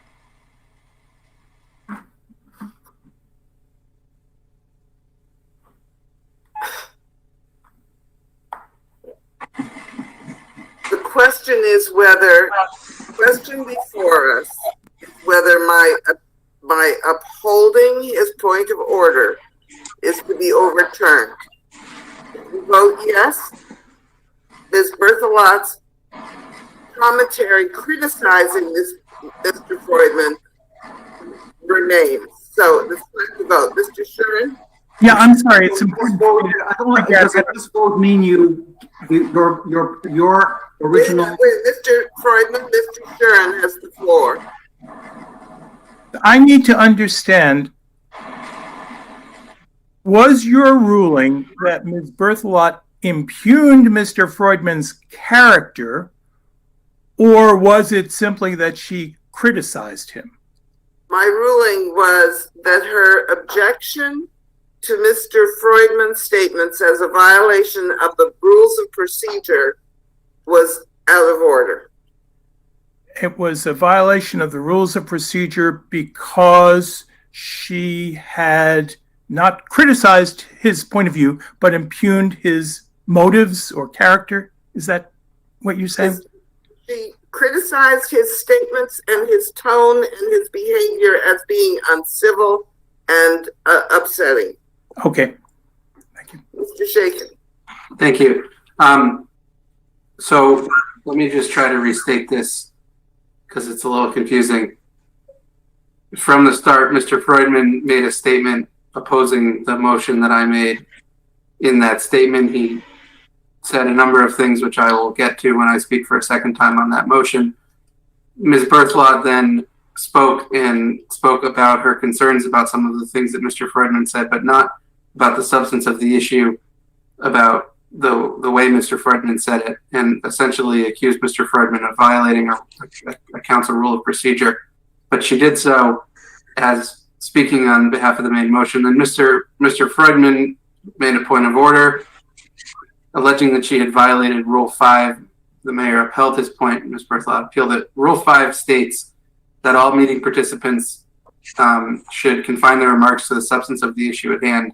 And so while I don't believe that Ms. Berthelot said anything that impugned the motive of Mr. Freudman, as he has alleged in any way, I do think that her statement was not confined to the remarks of the substance of the issue at hand. And as such, I'll be supporting the mayor's ruling to uphold Mr. Freudman's point of order. Rule 5 is broad enough that although I believe Mr. Freudman erred in his contention of what Ms. Berthelot said, her remarks were nevertheless out of compliance with the portion of Rule 5 that asked councilors to confine their remarks to the substance of the issue at hand. And so I will speak for a second time to refute some of the factual points, or the opposite of that Mr. Freudman made in his statement about the main motion regarding the Historical Society's buildings. But for now, I will be supporting the mayor's ruling and voting no on the appeal. Thank you. Mr. Bruder. Thank you for that. And maybe through you, Mayor, or to you, Mayor, is my understanding that if Councilor Berthelot had done it as a point of order, it would not be where we're at right now? If she had made a point of order, I would have overruled her point of order at the time she made it. Thank you. Mr. Freudman. I know that Mr. Shaken just said something which I think was in the direction of clarification, but I need a little more clarification. If I'm not mistaken, the vote we're about to take is simply on whether to uphold your original point of order, which came in my favor. You upheld my point of order. So yes, if I want to vote to uphold your point of order, the wording of how I've heard this has varied in my ears. So does a yes vote mean I'm going to a yes vote, Mr. Freudman, a yes vote, and other members of the council means to uphold Ms. Berthelot's appeal of my original point of order. So a no vote would be to reject her appeal and to uphold your original point of order. That's right. All right, I'll vote no on that, of course. But okay, thank you very much for the clarification. Okay. Ms. Chain, are we ready to vote? Ms. Chain, would you call the roll, please? Certainly. Osberger. No. No. Received. Thank you. Berthelot. I just got confused. I'm so sorry. So a yes vote upholds your appeal. Uphold my appeal. So in voting, so I will vote yes to uphold my appeal. Thank you. Bruder. No. Freudman. No. Kotchenberger. No. Moran. No. Shuren. I think, Mr. Shuren, you said no. No. Correct. No. Shaken. No. Thank you. The appeal fails. My original point of order holds. I think we are now back to the original motion, which was to change the town manager's name on this grant application. And let us all note that we have learned a new Robert's Rule procedure, and let's hope we don't have to use this one too often. Mr. Shuren. I have the floor. I had the floor before the point of order. All right, go ahead. I'm sorry, Mr. Shuren. In response to Mr. Freudman's concerns that we should sell this property, it makes no sense to let it fall into dereliction before we were to do that. I think ideally this is a property of value and we would want to hold on to it. But in the event that we were to need to sell it at some point, this is obviously an opportunity to to get additional money to sell it at a higher value. So it only makes sense to go forward with this grant application. Mr. Shuren. Yeah, a couple of things. One, I'm reminded that I had voted against this originally back in July, but I will probably vote for it because the council's already acted, and this is just changing a technical aspect in terms of the name of the relevant person. But I just want to say one of my frustrations is I was not able to formulate a question at the time that we could ask questions. Had I known Mr. Freudman's comments, I would have wanted to ask questions about that of perhaps relevant visitors who know more than members of the council do about that. And so it's a kind of frustration, and I'm not sure how it ever could be resolved. But I will simply vote yes on this one to move things along. Mr. Osberger.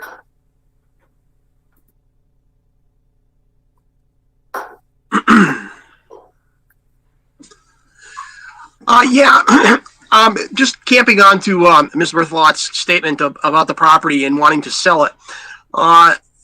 What people need to be aware is that because this is an historic district, and to maintain the property itself, or the building, I should say, it requires special construction processes that involve common materials from that era or common practices when restoring a property of that age, because it's an historic district, and I've had experience doing this. So the issue becomes, how much money do we put into the property, and are we throwing good money at bad?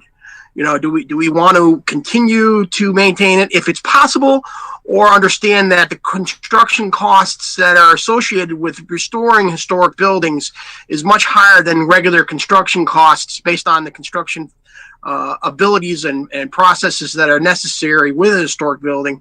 And then is it more prudent for us then to, sell off the property, whether there's a building there or not, but at least we're selling off the property? Are we throwing good money at bad?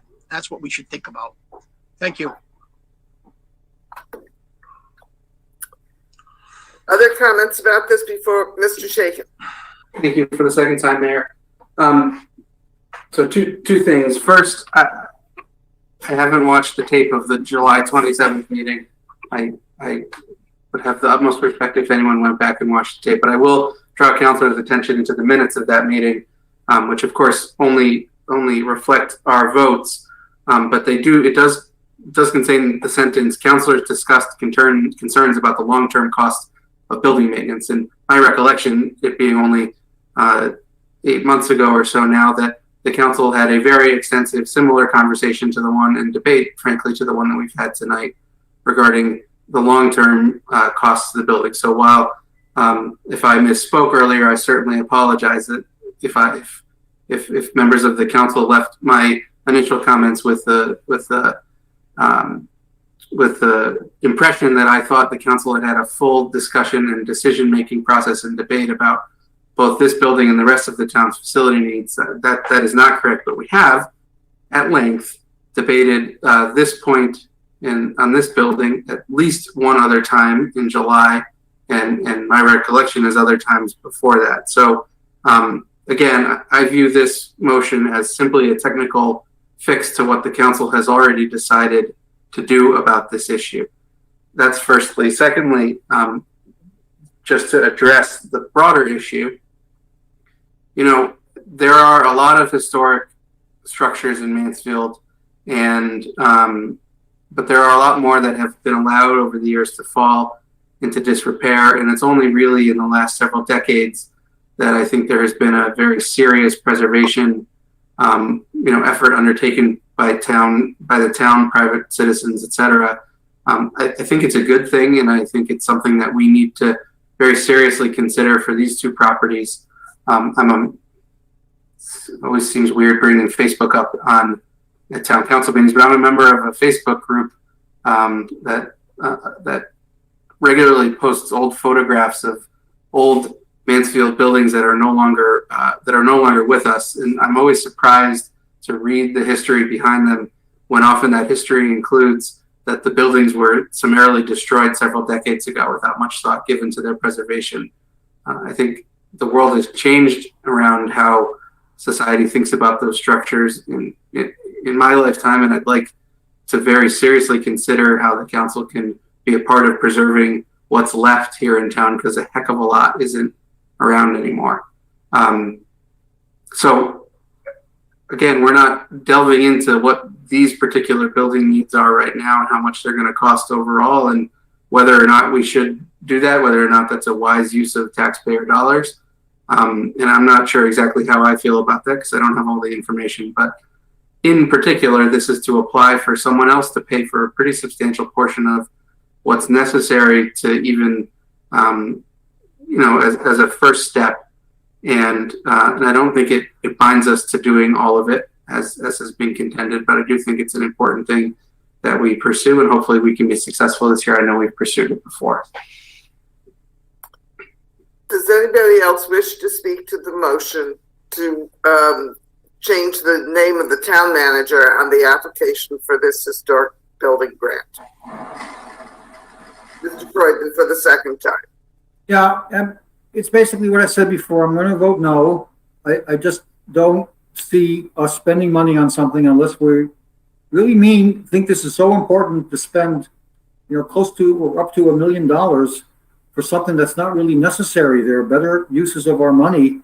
And, I don't know that fixing this one issue is worthwhile when it's not even, 5% in terms of cost of what needs to be done.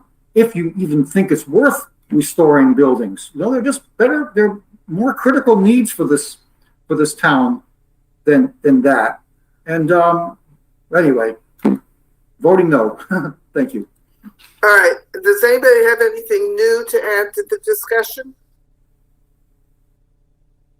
And by the way, we're talking about applying for a $50,000 grant for which we would match $50,000. We're not talking about $1 million at this time. All right. I think we're ready to vote. Ms. Ching, would you please call the roll? Yes. Alsberger.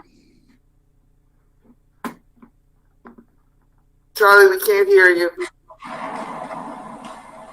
Do a thumbs up or down, please. For some reason, we can't hear you.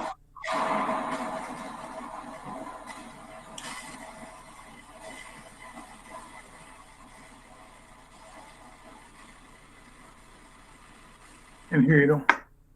For some reason, we're not hearing you at all. Isn't he Madam saying Mayor, abstain? it looks as though he's abstaining. What, abstaining? Yes. Oh, All okay, right. good. Berthelot. Yes. Bruder. Yes. Freudman. No. Katchenberger. Yes. Moran. Yes.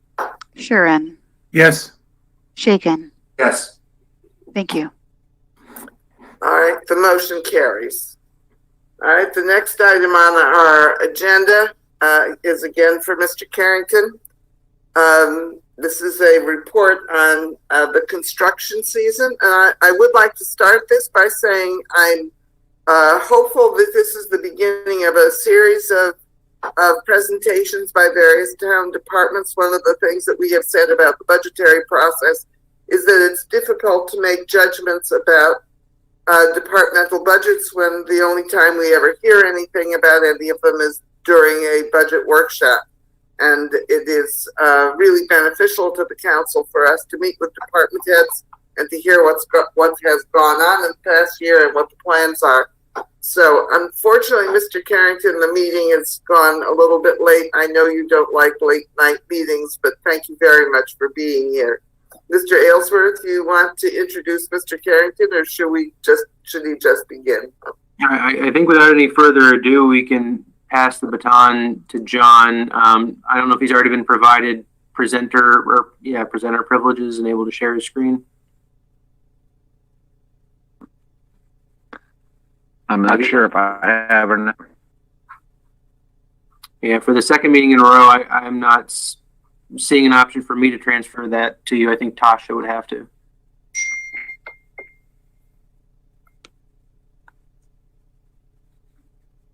Looks like you got it now. Got it now. I gotta find my briefing.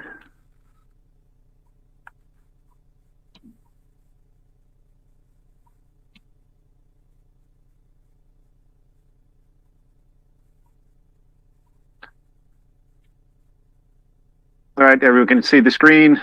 And thank you, Madam Mayor and Town Manager. Just going to quickly cover the department and our construction that we completed in the past year and what we're moving forward. First, I want to start out thanking Brian and Derek for basically running the department while I was interim town manager, and they did a flawless job. And it's amazing how much in that time I missed them doing that. I have to ask a lot of questions. What did we do here and there? Because I was busy doing other things. But here's the organization.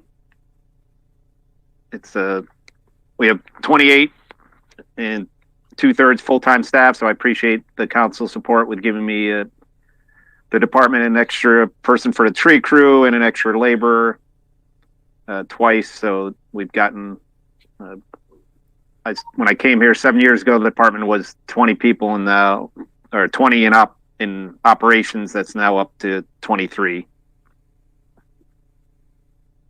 And that's, you can see the tree crew, we have roads with 2 crews that are out working on drainage and paving. The equipment maintenance does all our mechanics work, and they do a great job. Grounds takes care of all our parks and athletic fields. And the transfer station has 1 full-timer and 1 part-timer.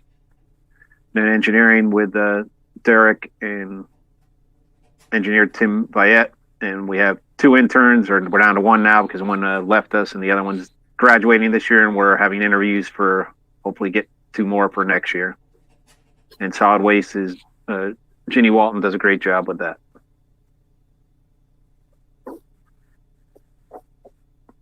So to talk about our major projects out there, current projects we're working on is road drainage and paving. These were funded by Capital Improvement Fund last budget.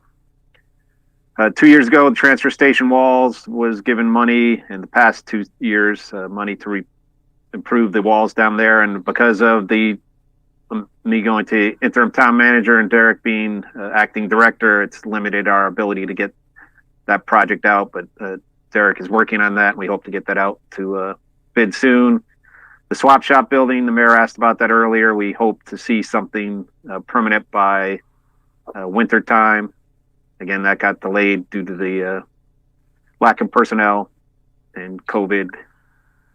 Decorative side crosswalks on Route 195. We'll be working on that because the Department of Transportation will be paving Route 195 from South Eagleville Road up to Route 44, and that's through District 1 of DOT, and then District 2 of DOT is going to be paving Route 44 from the Coventry Town line to Route 195. So hopefully these 2 districts talk to each other and they're both not in the Four Corners intersection at the same time.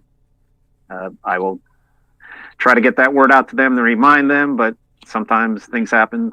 So I hope it doesn't happen. I'll do everything in my best to prevent that. But even though we're not really involved with that, it's just something I thought council would like to know.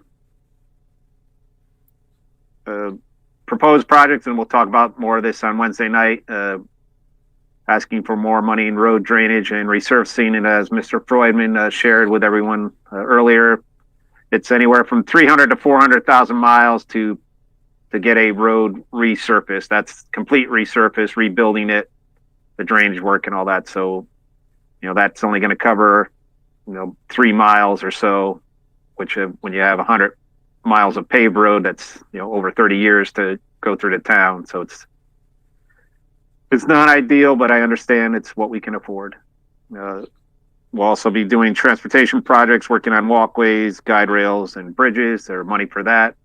And then there's money requested for vehicle and equipment replacements, money for tree removal, even though we have our own staff and have a truck that can get up to 70 feet high. There still are some trees that we need to bring in the contractor to help us out because they're just something that takes a little more experience than our crew has. So asking for that. And with the dying ash trees, there's a lot of tree removal. As I report, every town manager's report, you hear the numbers, and there's just everywhere you look, there's trees dying, and we want to get them down as soon as we can. And we also have improving to the library parking lot on the east side. We did the west side a few years ago. The east side, want to make it a little bigger and do that in conjunction with their getting a playground, I think, moved to a newer location.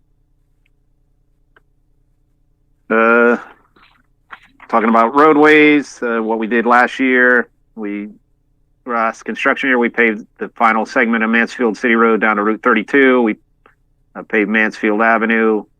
We did a segment of Browns Road from Route 195 up to Crane Hill. We did the Hillendale Road to include the new bridge, which we still have to pave over that portion. Also Little Lane and Thompson Road, which are in the Hillendale Road neighborhood.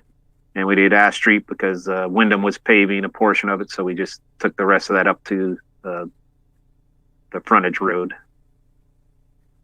What we'd like to do this year, pending budget approval, is do a segment of Chafeeville Road from Oldbury up to Gurleyville, and a segment of Mount Hope Road from Wormwood Hill to Route 89, and hopefully a segment of Browns Road from Route 32 to Chatham Drive. Drainage work we did last season, we repaired 75 catch basins. We put in almost 2,500 feet of under drain and over 3,000 feet of stormwater pipe. We swept all lane miles of road in the town, and we had almost 1,300 catch basins cleaned. Went the wrong way. Citizens' requests, we get those in with our mobile 311. Since last July 20th, this fiscal year, we've had 405 citizen requests or concerns put into the system. And the great thing with our, each crew leader has a tablet, and they can get that information right on site. They can take the tablet, take a picture of the concern, the repair, and it just makes, we're a lot more efficient because of that. So appreciate the support on getting that system a few years ago, and it's really made a difference. So the challenges we face, and what I'm not going to, two challenges that aren't up here is, even though it is kind of a challenge, COVID-19 was not a challenge for the department.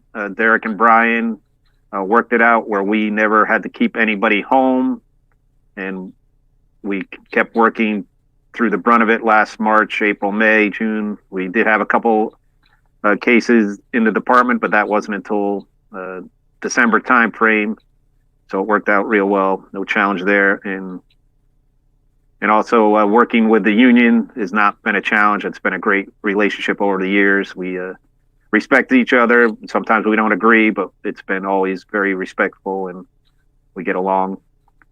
But the challenges out there are trees, as I addressed before. The emerald ash borer is just destroying the ash trees. If you see an ash tree with this different color bark on it, they call it blonding. That means the tree is dead. So if you see, an ash tree with, it looks like the bark's been peeled off by an animal or something, it's dying. The outdoor construction season, we only have 6 to 8 months to do all the outdoor work. So it's not, if we were in Florida, we could work year round, except maybe through hurricanes or something. But it's in the north, you don't get to work all year. Gravel road maintenance is always something we have to spend time on. We have a lot of gravel roads, and we have to maintain them because they get, every winter after they get plowed, they're in pretty bad shape. The current pavement condition of roads, we're funding about 5% of the entire value, so it's hard to get that pavement condition to increase.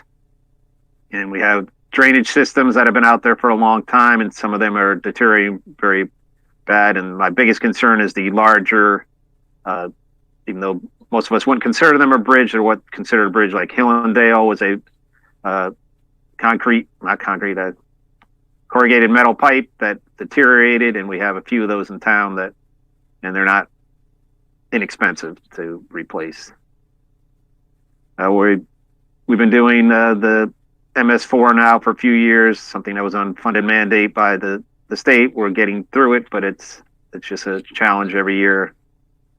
And the treated salt supplier, we had a supplier at the pier in New London, but now that's been taken over by the Connecticut Port Authority for a wind project. And the salt supplier, who is fantastic, who got the treated salt price down in Connecticut, is no longer there. I don't think he's going to find somewhere else to bring it in. So I'm fearful of what the cost of treated salt will be per ton next year. I know it won't be like it was the past 5 years. It's gonna go up because it basically takes out one of their toughest competitors.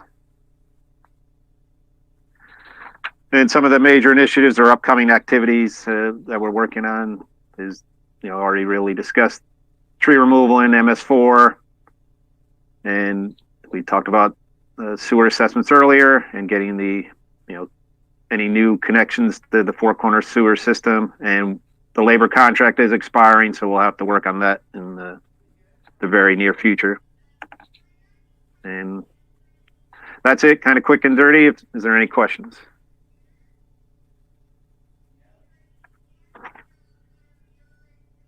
The first hand I see is Mr. Katzenberger, followed by Mr. Bruder, followed by Mr. Freudman.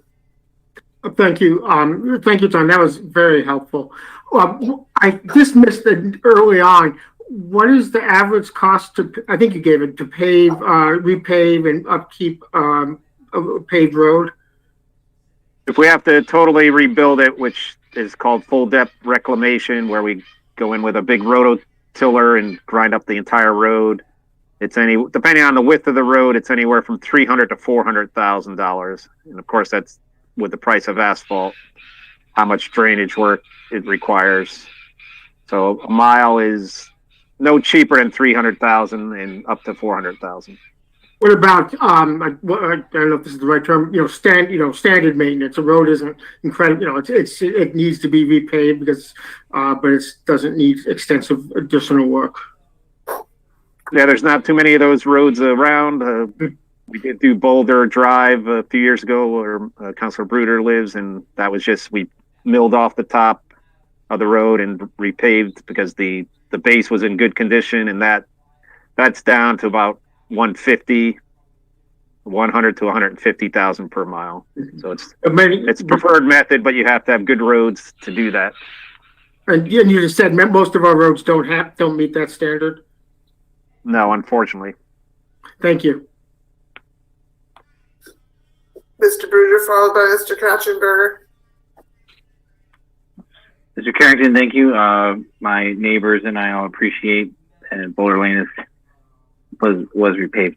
And when I've asked you this before, and you explained it really well, and I just want it explained again, just for anyone listening or watching this later on.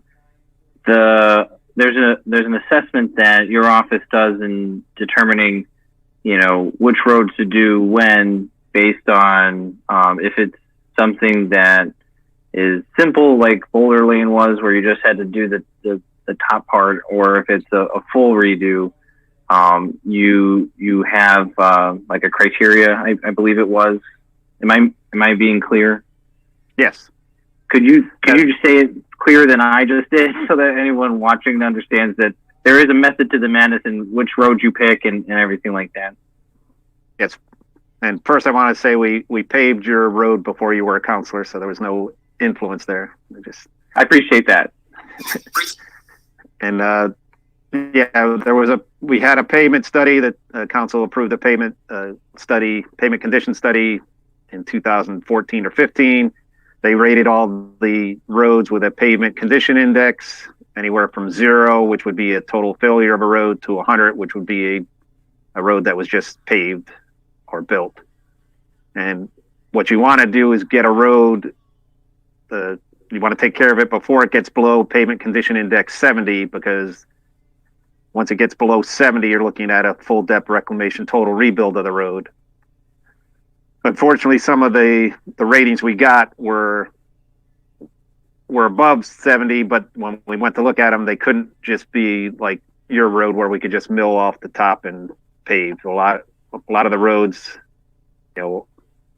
were worse than the study indicated, because I think the chip seal kind of hid some of the blemishes of the poor drainage and other things that they really weren't commissioned to do. So we look at roads that are most traveled. We like to get the collector roads done first. We're trying to get all the major roads, like we did Mansfield City every year for about 4 years, because that's a well-traveled road in town. Chafeeville we've done, and we're continuing to do Chafeeville. Looking at Mount Hope, just looking at those, and if there's neighborhood roads that we can get at the same time, we look at those. We did the Hillendale area because it was in real bad condition, and we were doing the bridge, so it was time to do it. So there's a method to the madness. There's always an argument to be made, why not my road? And I wish I could pave everybody's road that needs it, but it comes down to what we have fiscally. Thank you for that. That was great. Much better than what I tried. Mr. Freudman, followed by Mr. Osberger. Yeah, as everybody knows, I'm always complaining that we're overspending on things like the agenda item we just looked at and many others over the years. But this is one area where I'm concerned we're not spending enough. And you know that from previous comments. When we only have, I know it was 1 million in this year's budget and 1.3 in the proposed budget, we're talking 3, if we're lucky, 4 miles of roads, because I know you want to fix the roads correctly with drainage and, I'm just concerned about something. Maybe you could allay my concerns that, we have 110 miles of paved roads. Are we getting to them fast enough at this pace? And if not, then I have 2 questions. Is too much of your resources then having to be devoted to what I call whack-a-mole, fixing potholes, detracting from monies that could be spent to fix roads more fundamentally? And also, are we in danger now? And you've kind of partially answered that, but I don't know the extent of it, how dire it is, of losing the roadbed, because that's the worst. Then you're talking super big bucks. Because if it is, I really want to push the alarm if that's the case. Well, the dollar amount I gave you per mile is that's losing the bed and starting all over. So it's not too bad. I mean, I have said this before that what's holding everything up is the drainage. So we have to be able to fix the drainage. You don't want to pave a road with poor drainage because it's going to fail on the edges and where the pipes are failing. So even if you gave the department $2 million, I don't know if I could get all that work done in 1 year because of the short construction season, unless I contracted it out and tried to do it that way. And then the price might go up higher than $400,000, so it's not dire. It could turn dire in a few years. Some of the roads, we're getting the collector roads done, which I think everybody's more pleased to have those in good condition, where a neighborhood road people can deal with, because they should be driving a lot slower in neighborhoods, and they can deal with some cracking and maybe a pothole here and there a little more better than if it's a road 10% or 20% of the population drives every day. That's something we want to take care of. So I don't think it's dire yet, Councilor Freudman, but if we cut any more than we're cutting now, it can become that way. Well, that's a concern. I have another question about something very interesting you said about storm drains having to replace or something. 75 of them. Do they just tend to fail after so many years, or are they just being kind of? I know we have great operators, but are they being knocked out accidentally by plows, or is there some other factor why we would have to replace 75 storm drains?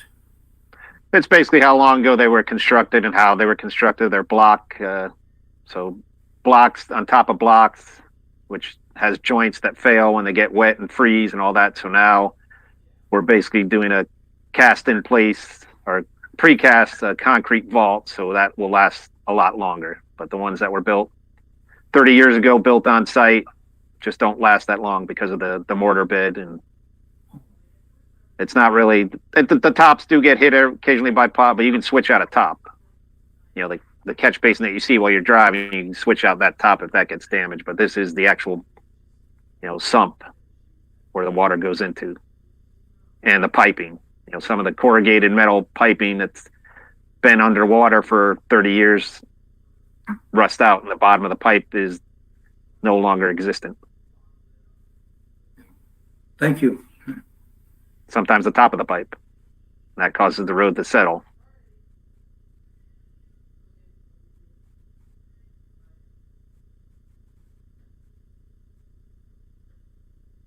Mr. Osberger, my audio connection died there for a second. Mr. Osberger.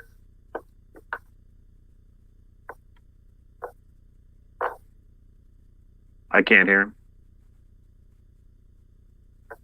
There's something wrong with Mr. Osberger's audio connection. It looks Charlie, if you're able to write your question in the chat, we could read it for you.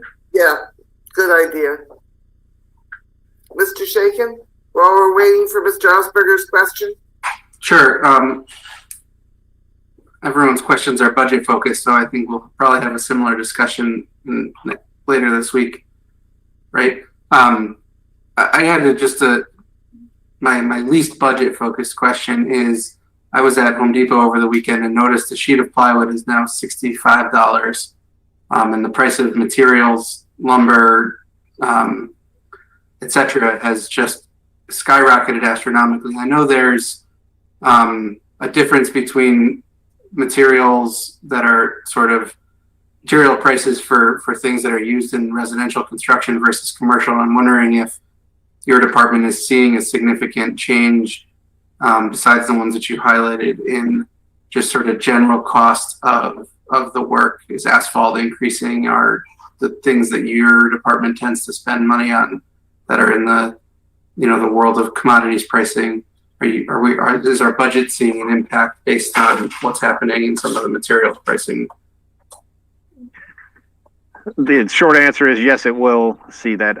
Probably not as bad as a sheet of plywood, but the asphalt, the state let the state low bid go on for another year, but there's a escalation clause if the price of asphalt, which basically if the price of oil goes up, the price of asphalt goes up. So I'm sure what we paid for a ton of asphalt last year to be put on a road will cost more this year. And I'm sure the concrete that we're using for the drainage and the pipes will also have an increase, but I don't think it'll be as bad as the lumber price. And I think a lot of that was because production slowed down, and also everybody had time to do home projects. So I think that helped escalate the prices too.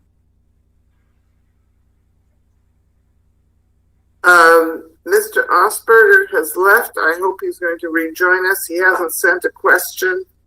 Does anybody else have a question? I'll be back on Wednesday. Anyways, you can get me Wednesday. You said you're going to do decorative paving. Crosswalks.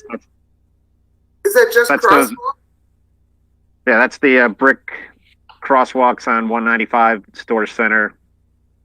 And what was put in, was it now 7-8 years ago, didn't hold up that well. But if you've seen the newer, like on Wilbur Crossway, it's more of a thermoplastic that gets melted into the asphalt. That's what we'll use, and that lasts a lot longer. So we'll be doing the ones on 195 where the state's going to pave. So basically at 275, there's a mid-block crossing in front of E.O. Smith, and down at CVS, I think there might be a fourth one. Off the top of my head, I can't remember. But has there been any discussion of one at Dog Lane? We've asked the state that before when, there's been a lot of... Excuse me. We've asked the state before through Traffic Authority to consider a crosswalk there, and they rejected it every time.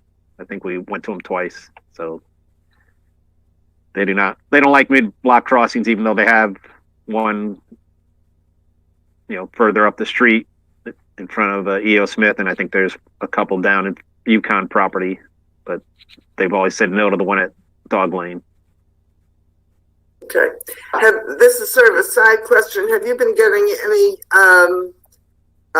support from DOT on the Route 89 adjustments that are going to be necessary because of the new school? Not too much. The architect hired a contractor, Lennard Engineering or whoever they're under now, has been working on the redesign, but they've been waiting for DOT to, review it, and that's what's been holding it up as far as getting approval from them. So I need to make a call there tomorrow, see if I can scare him into anything. Usually never works, but I'll try. Okay. My other question was, you said transfer station walls. Which walls are you talking about?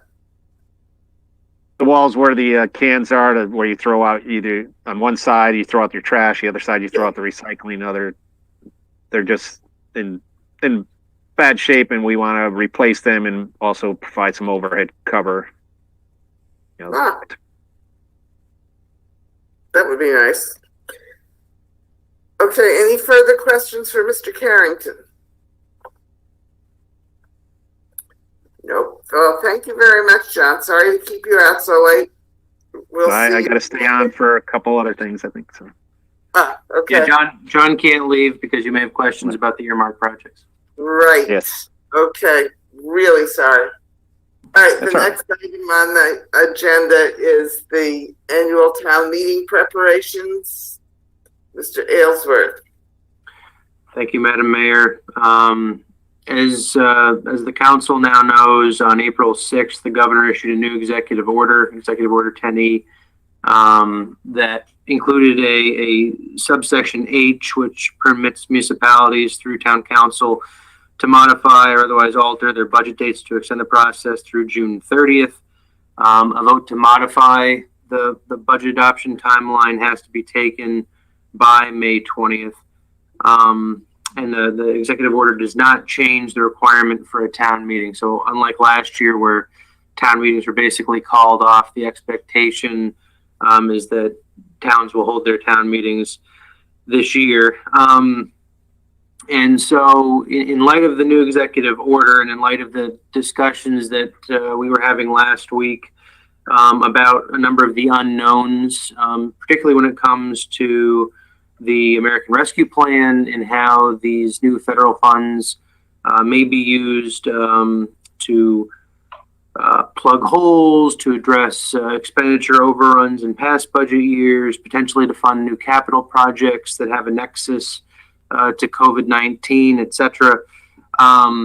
Given that we're still waiting on much needed information from the Treasury Department and ultimately from the Connecticut Office of Policy and Management, there seems to be a pretty compelling rationale here for the council to consider moving out the 2021 town meeting. The charter prescribes that the town meeting would happen May 11th, the second Tuesday of the month, and moving out town meeting into the month of June and working backwards from there. Likewise, delaying final adoption of the council's FY 21-22 budget, so that some of this additional, sort of high impact, if you will, information can hopefully find its way to all towns and cities so that we can more appropriately make budgetary adjustments once these key questions get answered.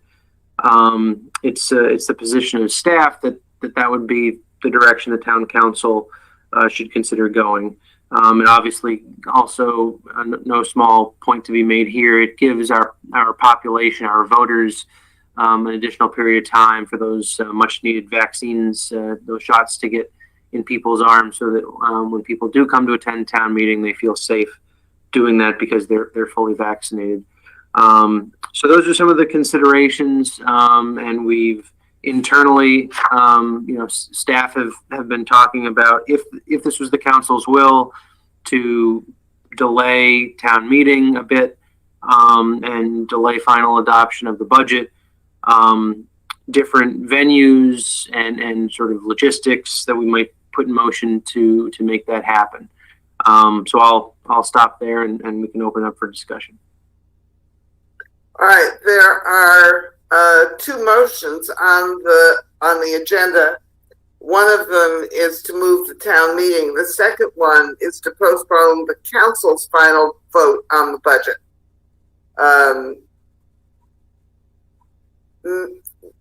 Mr. Shaken. Thanks, Mayor. I think this is a good idea for a few reasons, which Ryan outlined, but I think the most important one that I want to stress is the change in our procedure from last year to this year. Last year, the governor allowed municipalities, or forced municipalities actually, to suspend in-person town meetings and referenda, and to have the legislative body, in our case the town council, be the budget setting authority. And he has suspended that rule now, which will require us to hold an in-person town meeting. It gives us some leeway to try to do something virtually. I think the but I think the logistics of that in terms of voting on something townwide are too challenging. It really it would need to happen in person. Given that and given the timing for vaccination availability for everyone in town, I think doing something in early June makes a lot of sense. And principally because it allows us to do it outside. And so I'd like to make the second motion first and delay our adoption first. And then I'm happy to set a date tonight for the actual town meeting, but maybe we ought to have a conversation about what that date exactly is and set it another night if we can. So let me make the second motion first. Pursuant to Executive Order 10E, move to postpone the Town Council's final vote relative to the adoption of the FY 21-22 budget from April 26th to May 24th, 2021, with May 26th, 2021 being held in reserve if necessary. Sam, are you, Mr. Bruder, are you seconding? Seconded by Mr. Bruder. Mr. Shaken, do you wish to speak further to your motion? Sure. We did something similar to this last year, if I recall, where we received the manager's budget early in April and then did not adopt ours until later in May. I think it's a good idea if we're going to move the town meeting to wait until we can have as much information as we can as a council to adopt our budget. Principal among that is we are expecting guidance from the Treasury Department about the federal dollars from the American Rescue Plan, and we've discussed at some length in our budget sessions. That guidance is expected in the first or second week of May, and so I think it would be foolhardy for the council to pass a budget before we've received real guidance from the federal government about the expenditure of a significant amount of federal resources coming into the town, and especially because I think many of those resources are going to have a direct impact on the spending plan that the council puts forward from the general fund. So I hope we can support delaying our adoption until the end of May. Does anybody else wish to speak to this motion about delaying the council's final vote on the budget? Are you guys ready to vote? Is there anybody who wishes to abstain? Is there anybody who wishes to vote in the negative?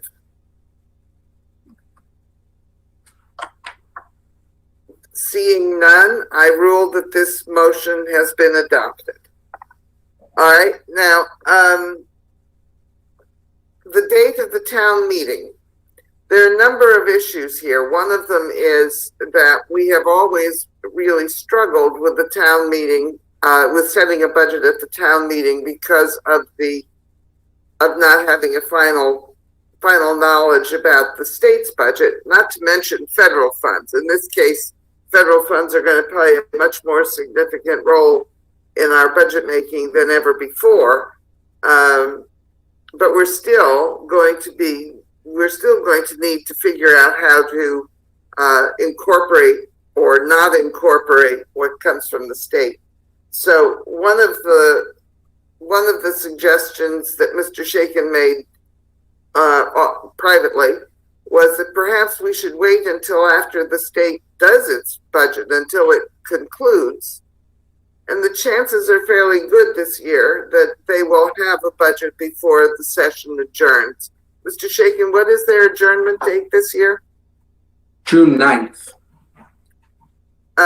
So I'm wondering whether it wouldn't make more sense for us to hold our annual meeting, our town meeting, at a date following the 9th, in the event that we have to make adjustments prior to the town meeting. So I'd like us to have a discussion about this before we put the motion on the floor. Mr. Shaken, you had your hand up. Thanks, Mayor. Yeah, I would tend to agree with you. While the legislature always talks about their intention to pass a budget prior to midnight on June 9th, if we were to set the odds based on prior year experience, I would put my money on June 8th as the day the public gets to see the budget, and the public, and therefore the town. And so if we have the option, which we do this year, to adopt the budget after June 9th, I think we ought to take it. Secondly, given the concerns around COVID, even if we have a really substantial portion of our town's population that's vaccinated, the concerns that I expect people will have with congregating in a room with hundreds of other people in early June, I think we need to do this meeting outside. And if we are going to do this meeting outside, then I tend to think that a weekday evening is an inopportune and complicated time to try to do that. And so the other reason I want to have a discussion before doing a motion on this is to see if what the council thinks about, and Ryan thinks frankly about, the ability to schedule a meeting for Saturday the 12th or Sunday the 13th during the day, at Lions Field or one of the other town properties, where we could all have hundreds of townspeople meet and vote in a socially distanced way. I would just offer, I share Councilmember Shakin's belief that an outdoor meeting under the circumstances is the way to go. And we did have some discussions in recent days about possible places that would set up well for that. And I also understand the thought that an outdoor meeting, given an evening start, may be a little more complicated, because for one, you start to quickly limit places that have some sort of, reliable exterior lighting capabilities. The only thing I would say as far as a weekend goes, I think Saturday meetings are more common. So of the two dates, Saturday would seem to probably be more logical of the weekend options. But I think starting in the morning and potentially relatively early in the morning, like 9 a.m., accomplishes a couple things. One, I'm still going to be acclimating to June temperatures in Connecticut, but I suspect the heat of the day will probably be a factor as the day wears on, or could be a factor depending on what the weather is. So an earlier start provides the opportunity to maybe beat the heat a little bit, but also just being respectful for people's Saturdays. If you start earlier, you wrap up a little earlier, it still preserves the balance of people's days to do other things.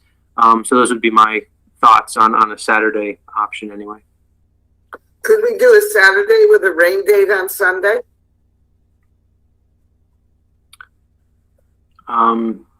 There's Kevin. I was going to say, I would defer to Kevin if there's any from a parliamentary procedure standpoint, what would be allowed as far as rain date or foul weather contingencies for an outdoor meeting. Scratching his forehead with that. I'm not so sure how I want to answer this. Yeah. I think normally we don't have a rain date because obviously we're doing it inside and we don't have that. But the governor's office, the emergency order, executive order, I think gives enough, it's broadly written enough that you could set a date. Concern I have, and I've got to go back and look at, is our publication provisions of what we need to notice the meeting. If we're going to notice it for a Saturday, but maybe a Sunday, I'm not sure that that's going to work. So, I've been thinking about the Memorial Day Parade, which is on the last weekend in May. And I would say the last couple of years, half of the times we have been inside because of rain.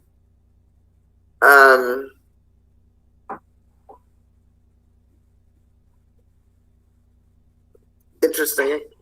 I wonder if we could get some leeway on this because of COVID. If we could get some extra leeway on some flexibility on rain day. We can certainly research what isn't permissible in that respect, Mayor. I think if we do Saturday with a rain date on Sunday, we run the risk of everybody's Sabbath days being violated. Maybe that would be a little fairer than it's worth a lot. I'm uncomfortable with scheduling it, on a Sunday, given how many people worship on Sundays and how many staff worship on Sundays. It doesn't, and maybe we need to think about it, but it seems, it doesn't, in my gut, it tells me it's not the right thing to do.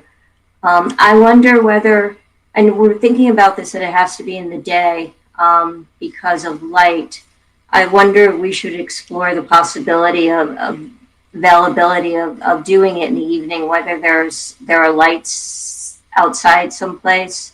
The football field, as Councilor Shaken had suggested at one point, or maybe we could even, I don't know if it's within the realm of possibility, but UConn certainly has lots of tents and lots of lights, whether they might let us borrow something, given the circumstances. But I'm not comfortable with a Sunday. Mr. Freudman, followed by Mr. Katzenberger. Well, to follow up on Ms. Berthelot's sentiment, I'm not comfortable with things being scheduled on a Saturday. So, I'll leave it at that. I won't go. Mr. Katzenberger? Yeah, I mean, I think we've heard two good reasons not to do it on the weekend. And, I mean, well, I was going to say unfortunately, but only because I think they're good reasons. So I would not really support at this point. If we were going to go on Sunday, I think we could do it at least in terms, Sunday afternoon. At least most of the church services occur during the morning or at the, conclude by then. But so mid-afternoon Sunday might be possible. But I understand the concerns about Saturday and Sunday. So I suggest we try to stick with the weekend time. I have another concern with being outdoors, and that is both ticks and mosquitoes. So, and I think people will be concerned about standing in grass for hours under this circumstance. So I'm really more inclined to go for a daylight event than standing outside in the dark, which would make it necessary to have it on a weekend. Unless we did, we can't schedule something that's clearly going to run afoul of anybody who works 9 to 5, because that's the standard work week. So you couldn't have it any earlier than 6 in the evening. What would be wrong with that? Well, that would be. Well, that was a daylight still. Yeah. It is worth maybe just mentioning that as far as the high school football field goes, I believe that is artificial turf. So the ticks would be less of an issue. Mr. Shaken. So I've heard what everyone has said. I think, why don't I do a quick head nod straw poll, and then I can make a motion. Let me start it with a question though. Ryan, or if Charmaine is there, what is the timeline? What is your drop dead date to have a town meeting adopted budget in order to get the tax bills out on time for July 1st? I don't know. Honestly, I was not expecting us to go all the way to June, but I do believe the tax collector would need at least that first week of June to be able to do the compilation. I was frantically trying to find it, but I think he would need the first week of June. I think I can get back to you. I think in the past we've been told 10 days. You have to have it 10 days before the 1st.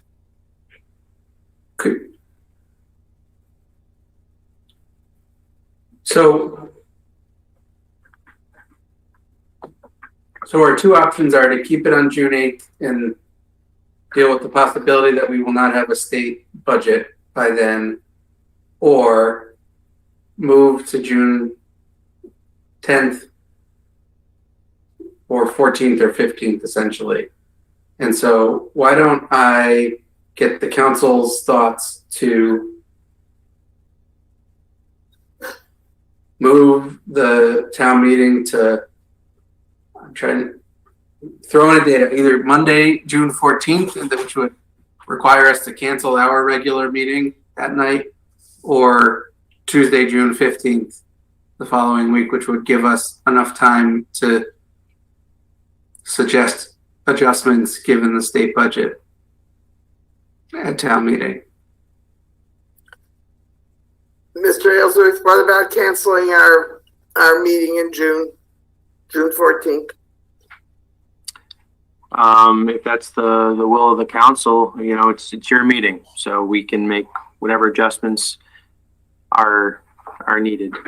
All right, let me ask you, let me do it this way. Weekday or weekend? How many people support a weekday?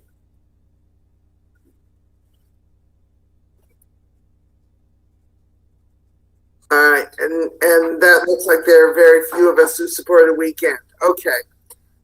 So if it's a weekday, it has to be evening.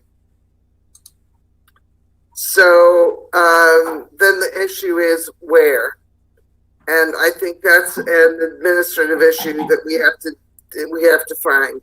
Okay, now the next question: before the state budget or after the state budget? How many favor before the state budget? Well, there you go. It's got to be after the 9th. Okay. Charmaine, I think we need to know the last possible date, because after this meeting, we usually have a brief council meeting at which we set the mill rate. I'm Madam Mayor, I'm working on it. Okay. We don't need, well. Yeah. I would suggest, Madam Mayor, if this is amenable to you and the rest of the council, I think while, you know, we set up this agenda item, you know, with the thought that we could have you act on both orders of business, I think, you know, delaying the adoption of the budget, you know, that's obviously coming up first. We can come back at the next meeting with recommendations now that we've gotten more feedback from the council as to meeting date, start time, and venue. With this knowledge that we're looking for a time frame after the adoption of the state budget, as well as allowing time statutorily for our tax bills to be issued. So we can huddle as a staff and come up with some recommendations that you all can respond to. Okay, and why don't you phrase it as the constitutional required adjournment of the state legislature? We don't know whether they'll do the budget or not. Sure, yes. I make an adjustment to what I just said. Constitutionally required adjournment of the legislature for the session. All right. So does anybody object to this resolution? Okay. Excuse me. Yes, Ms. Charmaine? Ms. Baird? I got some feedback. Yeah. The latest is June 15th in order for the bills to go out on time. Okay. So we have to have a decision.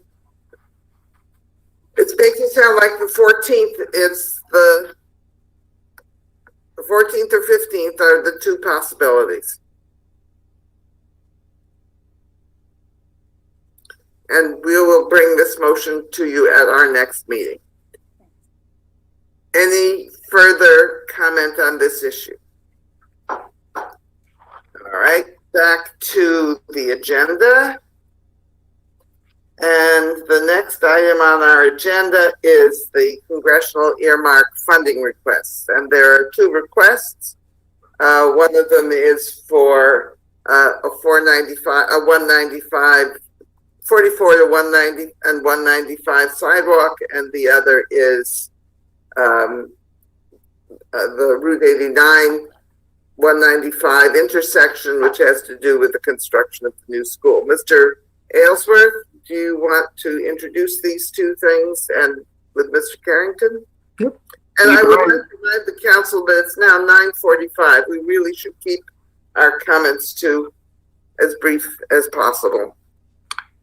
Thank you, Madam Mayor. You introduced this actually pretty well. So the only thing I would add is put this in the context that we were provided very brief turnaround time with which to submit request for earmark funding. You know, we learned about this opportunity late last month from Congressman Courtney's office. Requests had to be in by end of day on Friday, and there wasn't another regular council business meeting taking place before then.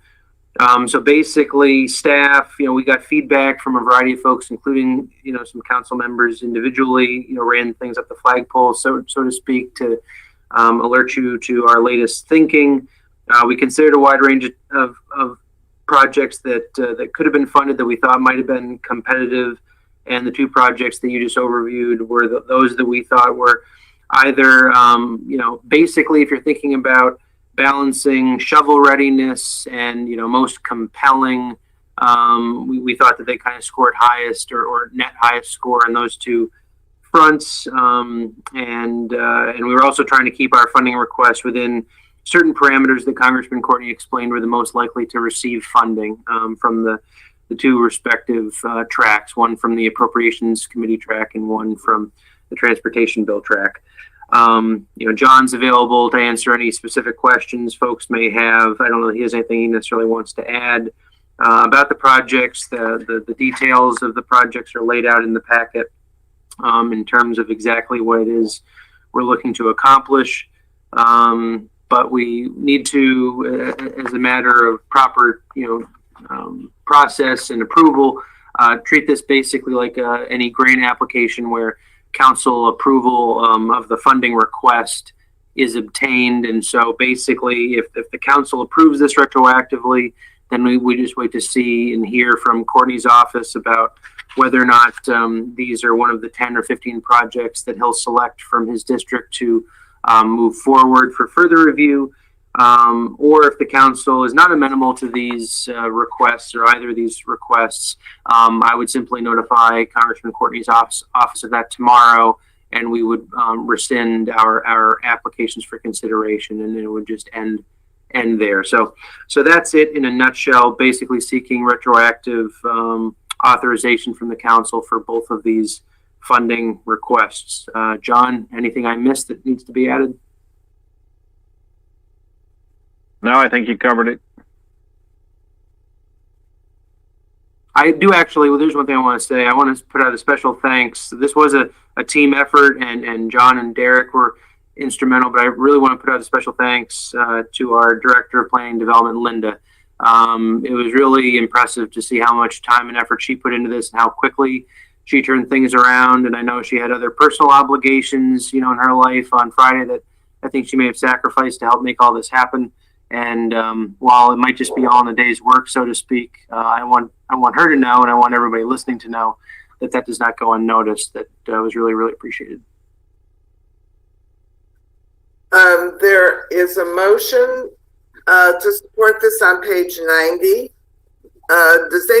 Before we make the motion, does anybody have any questions specifically about this project?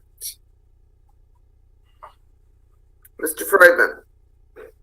If we apply for this and we hear that we're going to get it, will this be given more priority than some other projects we have out there for sidewalks, namely the Hunting Lodge Road extension, which I happen to support? A lot of students walk there at night, and it's very dangerous. And then there's also one on South Eagleville between Maple and the corner of Separatist or Sycamore, depending on your point of view, which I happen not to be so much in support of because it has a very wide shoulder and there's very, very little pedestrian traffic there. But I'm just wondering, would this get a more higher priority? I believe the intersection at 89 and 195 really needs some improvement. And yes, there is pedestrian traffic along 195, and so I would support this. I'm just wondering if it'll take higher priority or not than these other projects. Mr. Carrington?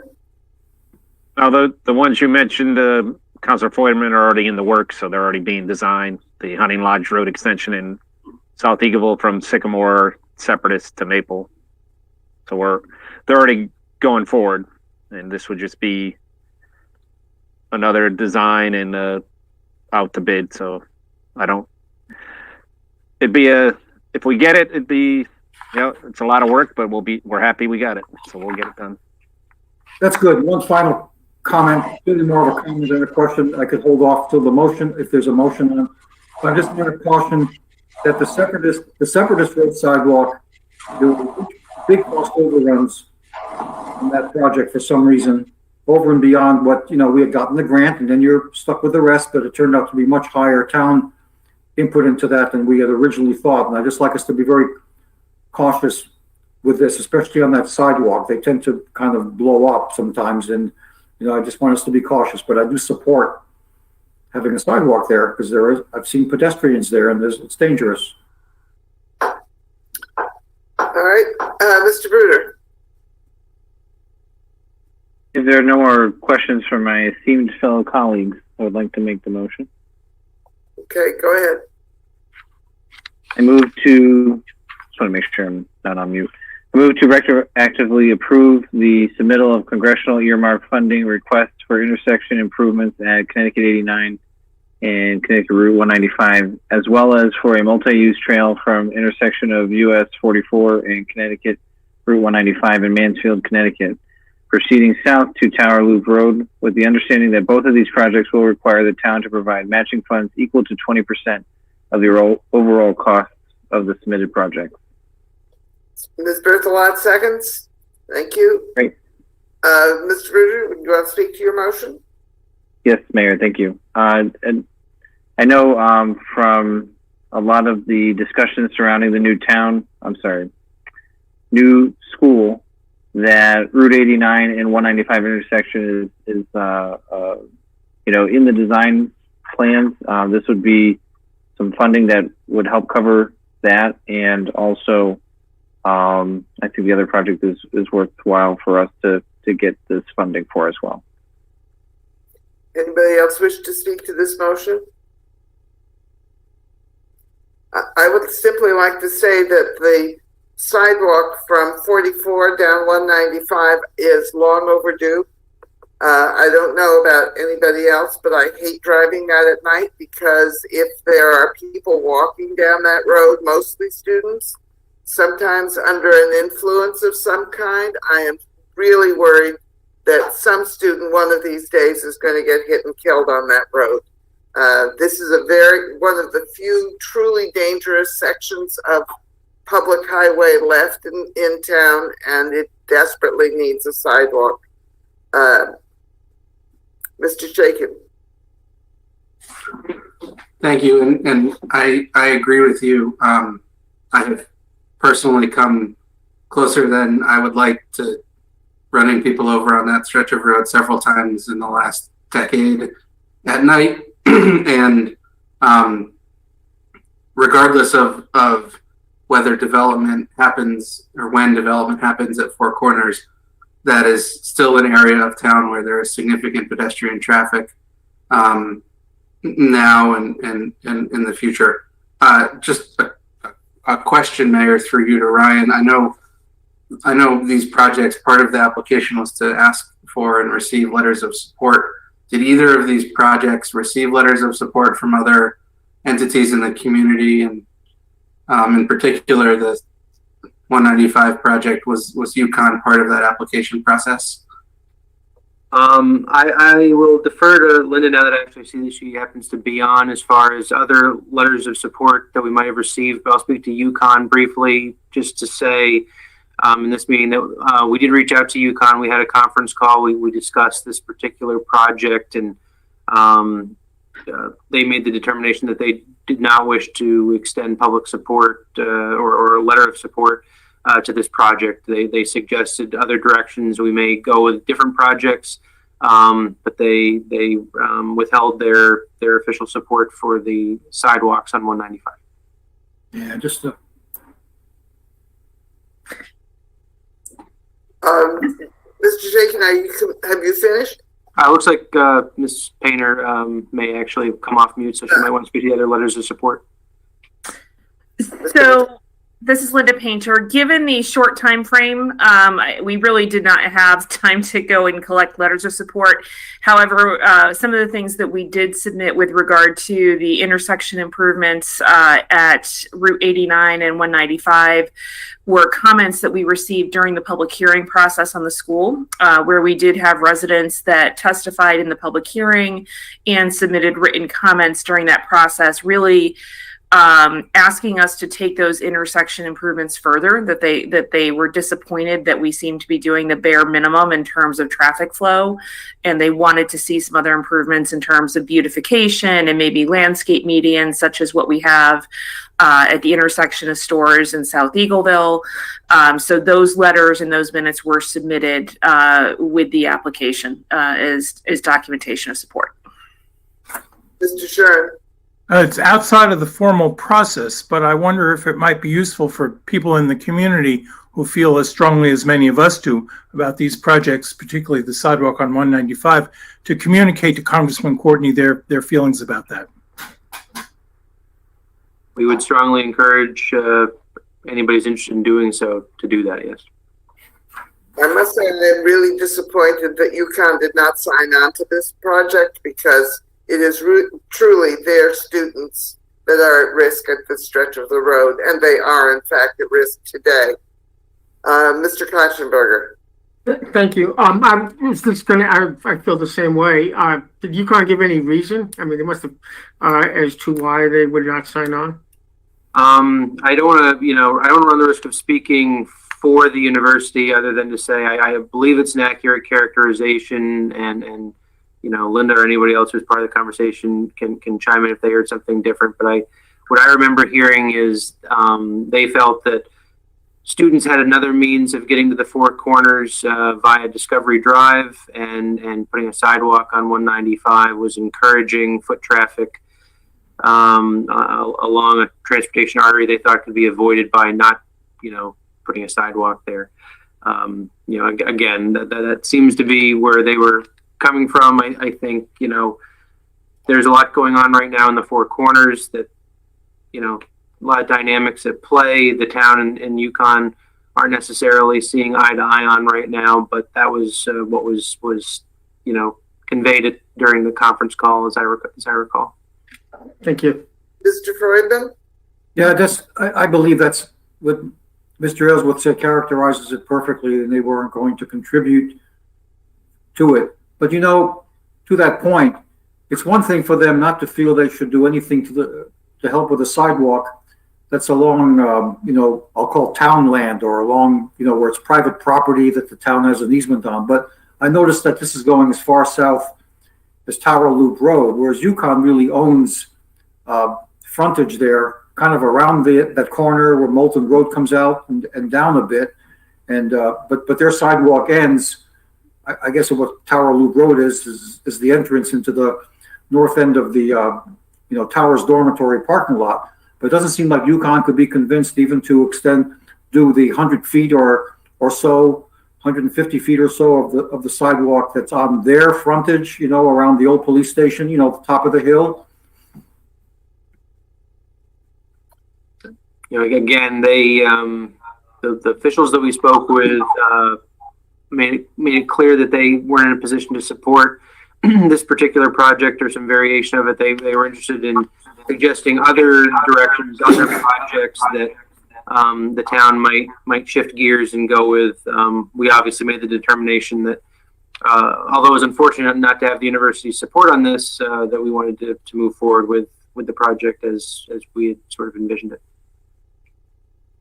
All right, any further questions, or are we ready to vote on this motion? Does anybody wish to abstain from this motion? Does anybody wish to vote in the negative on this motion? Seeing none, I rule that the motion has been adopted unanimously. Next item on the agenda is report of council committees. Committee on committees, have you anything to report? No, Mayor, we have not met since our last meeting. Our prior meeting was this past Thursday, which we didn't have any applicants to interview, and it was also our scheduled second budget meeting. So we will be meeting next month. Ms. Berthelot, personnel? We've not met since our last meeting.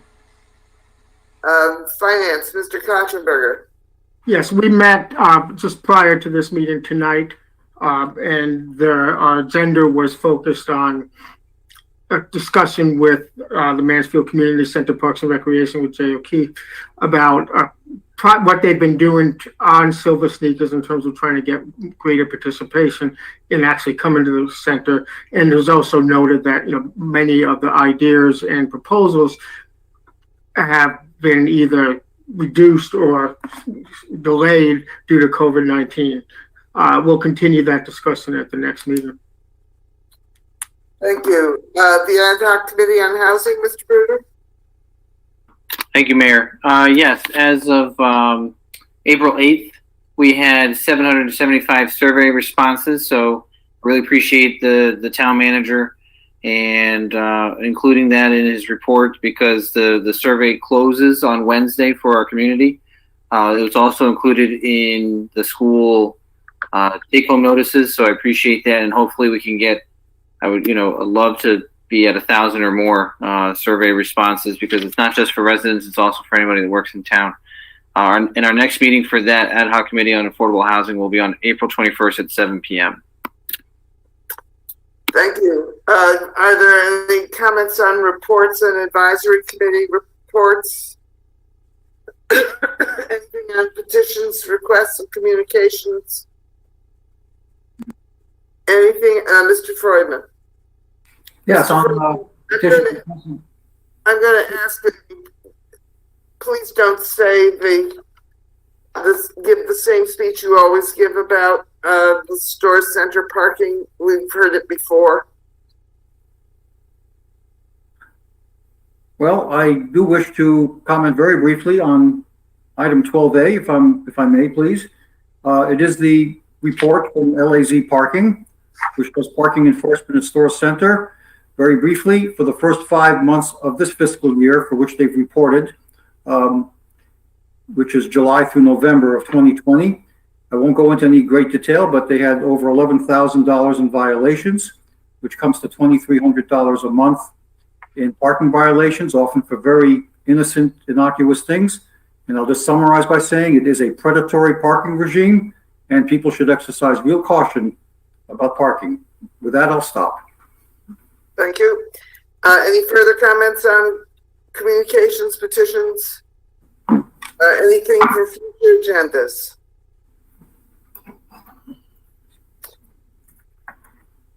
Who wishes to make the motion to adjourn? Ms. Berthelot, seconded by Mr. Shaken. All those in favor say aye. Aye. Or something. Thank you for your patience.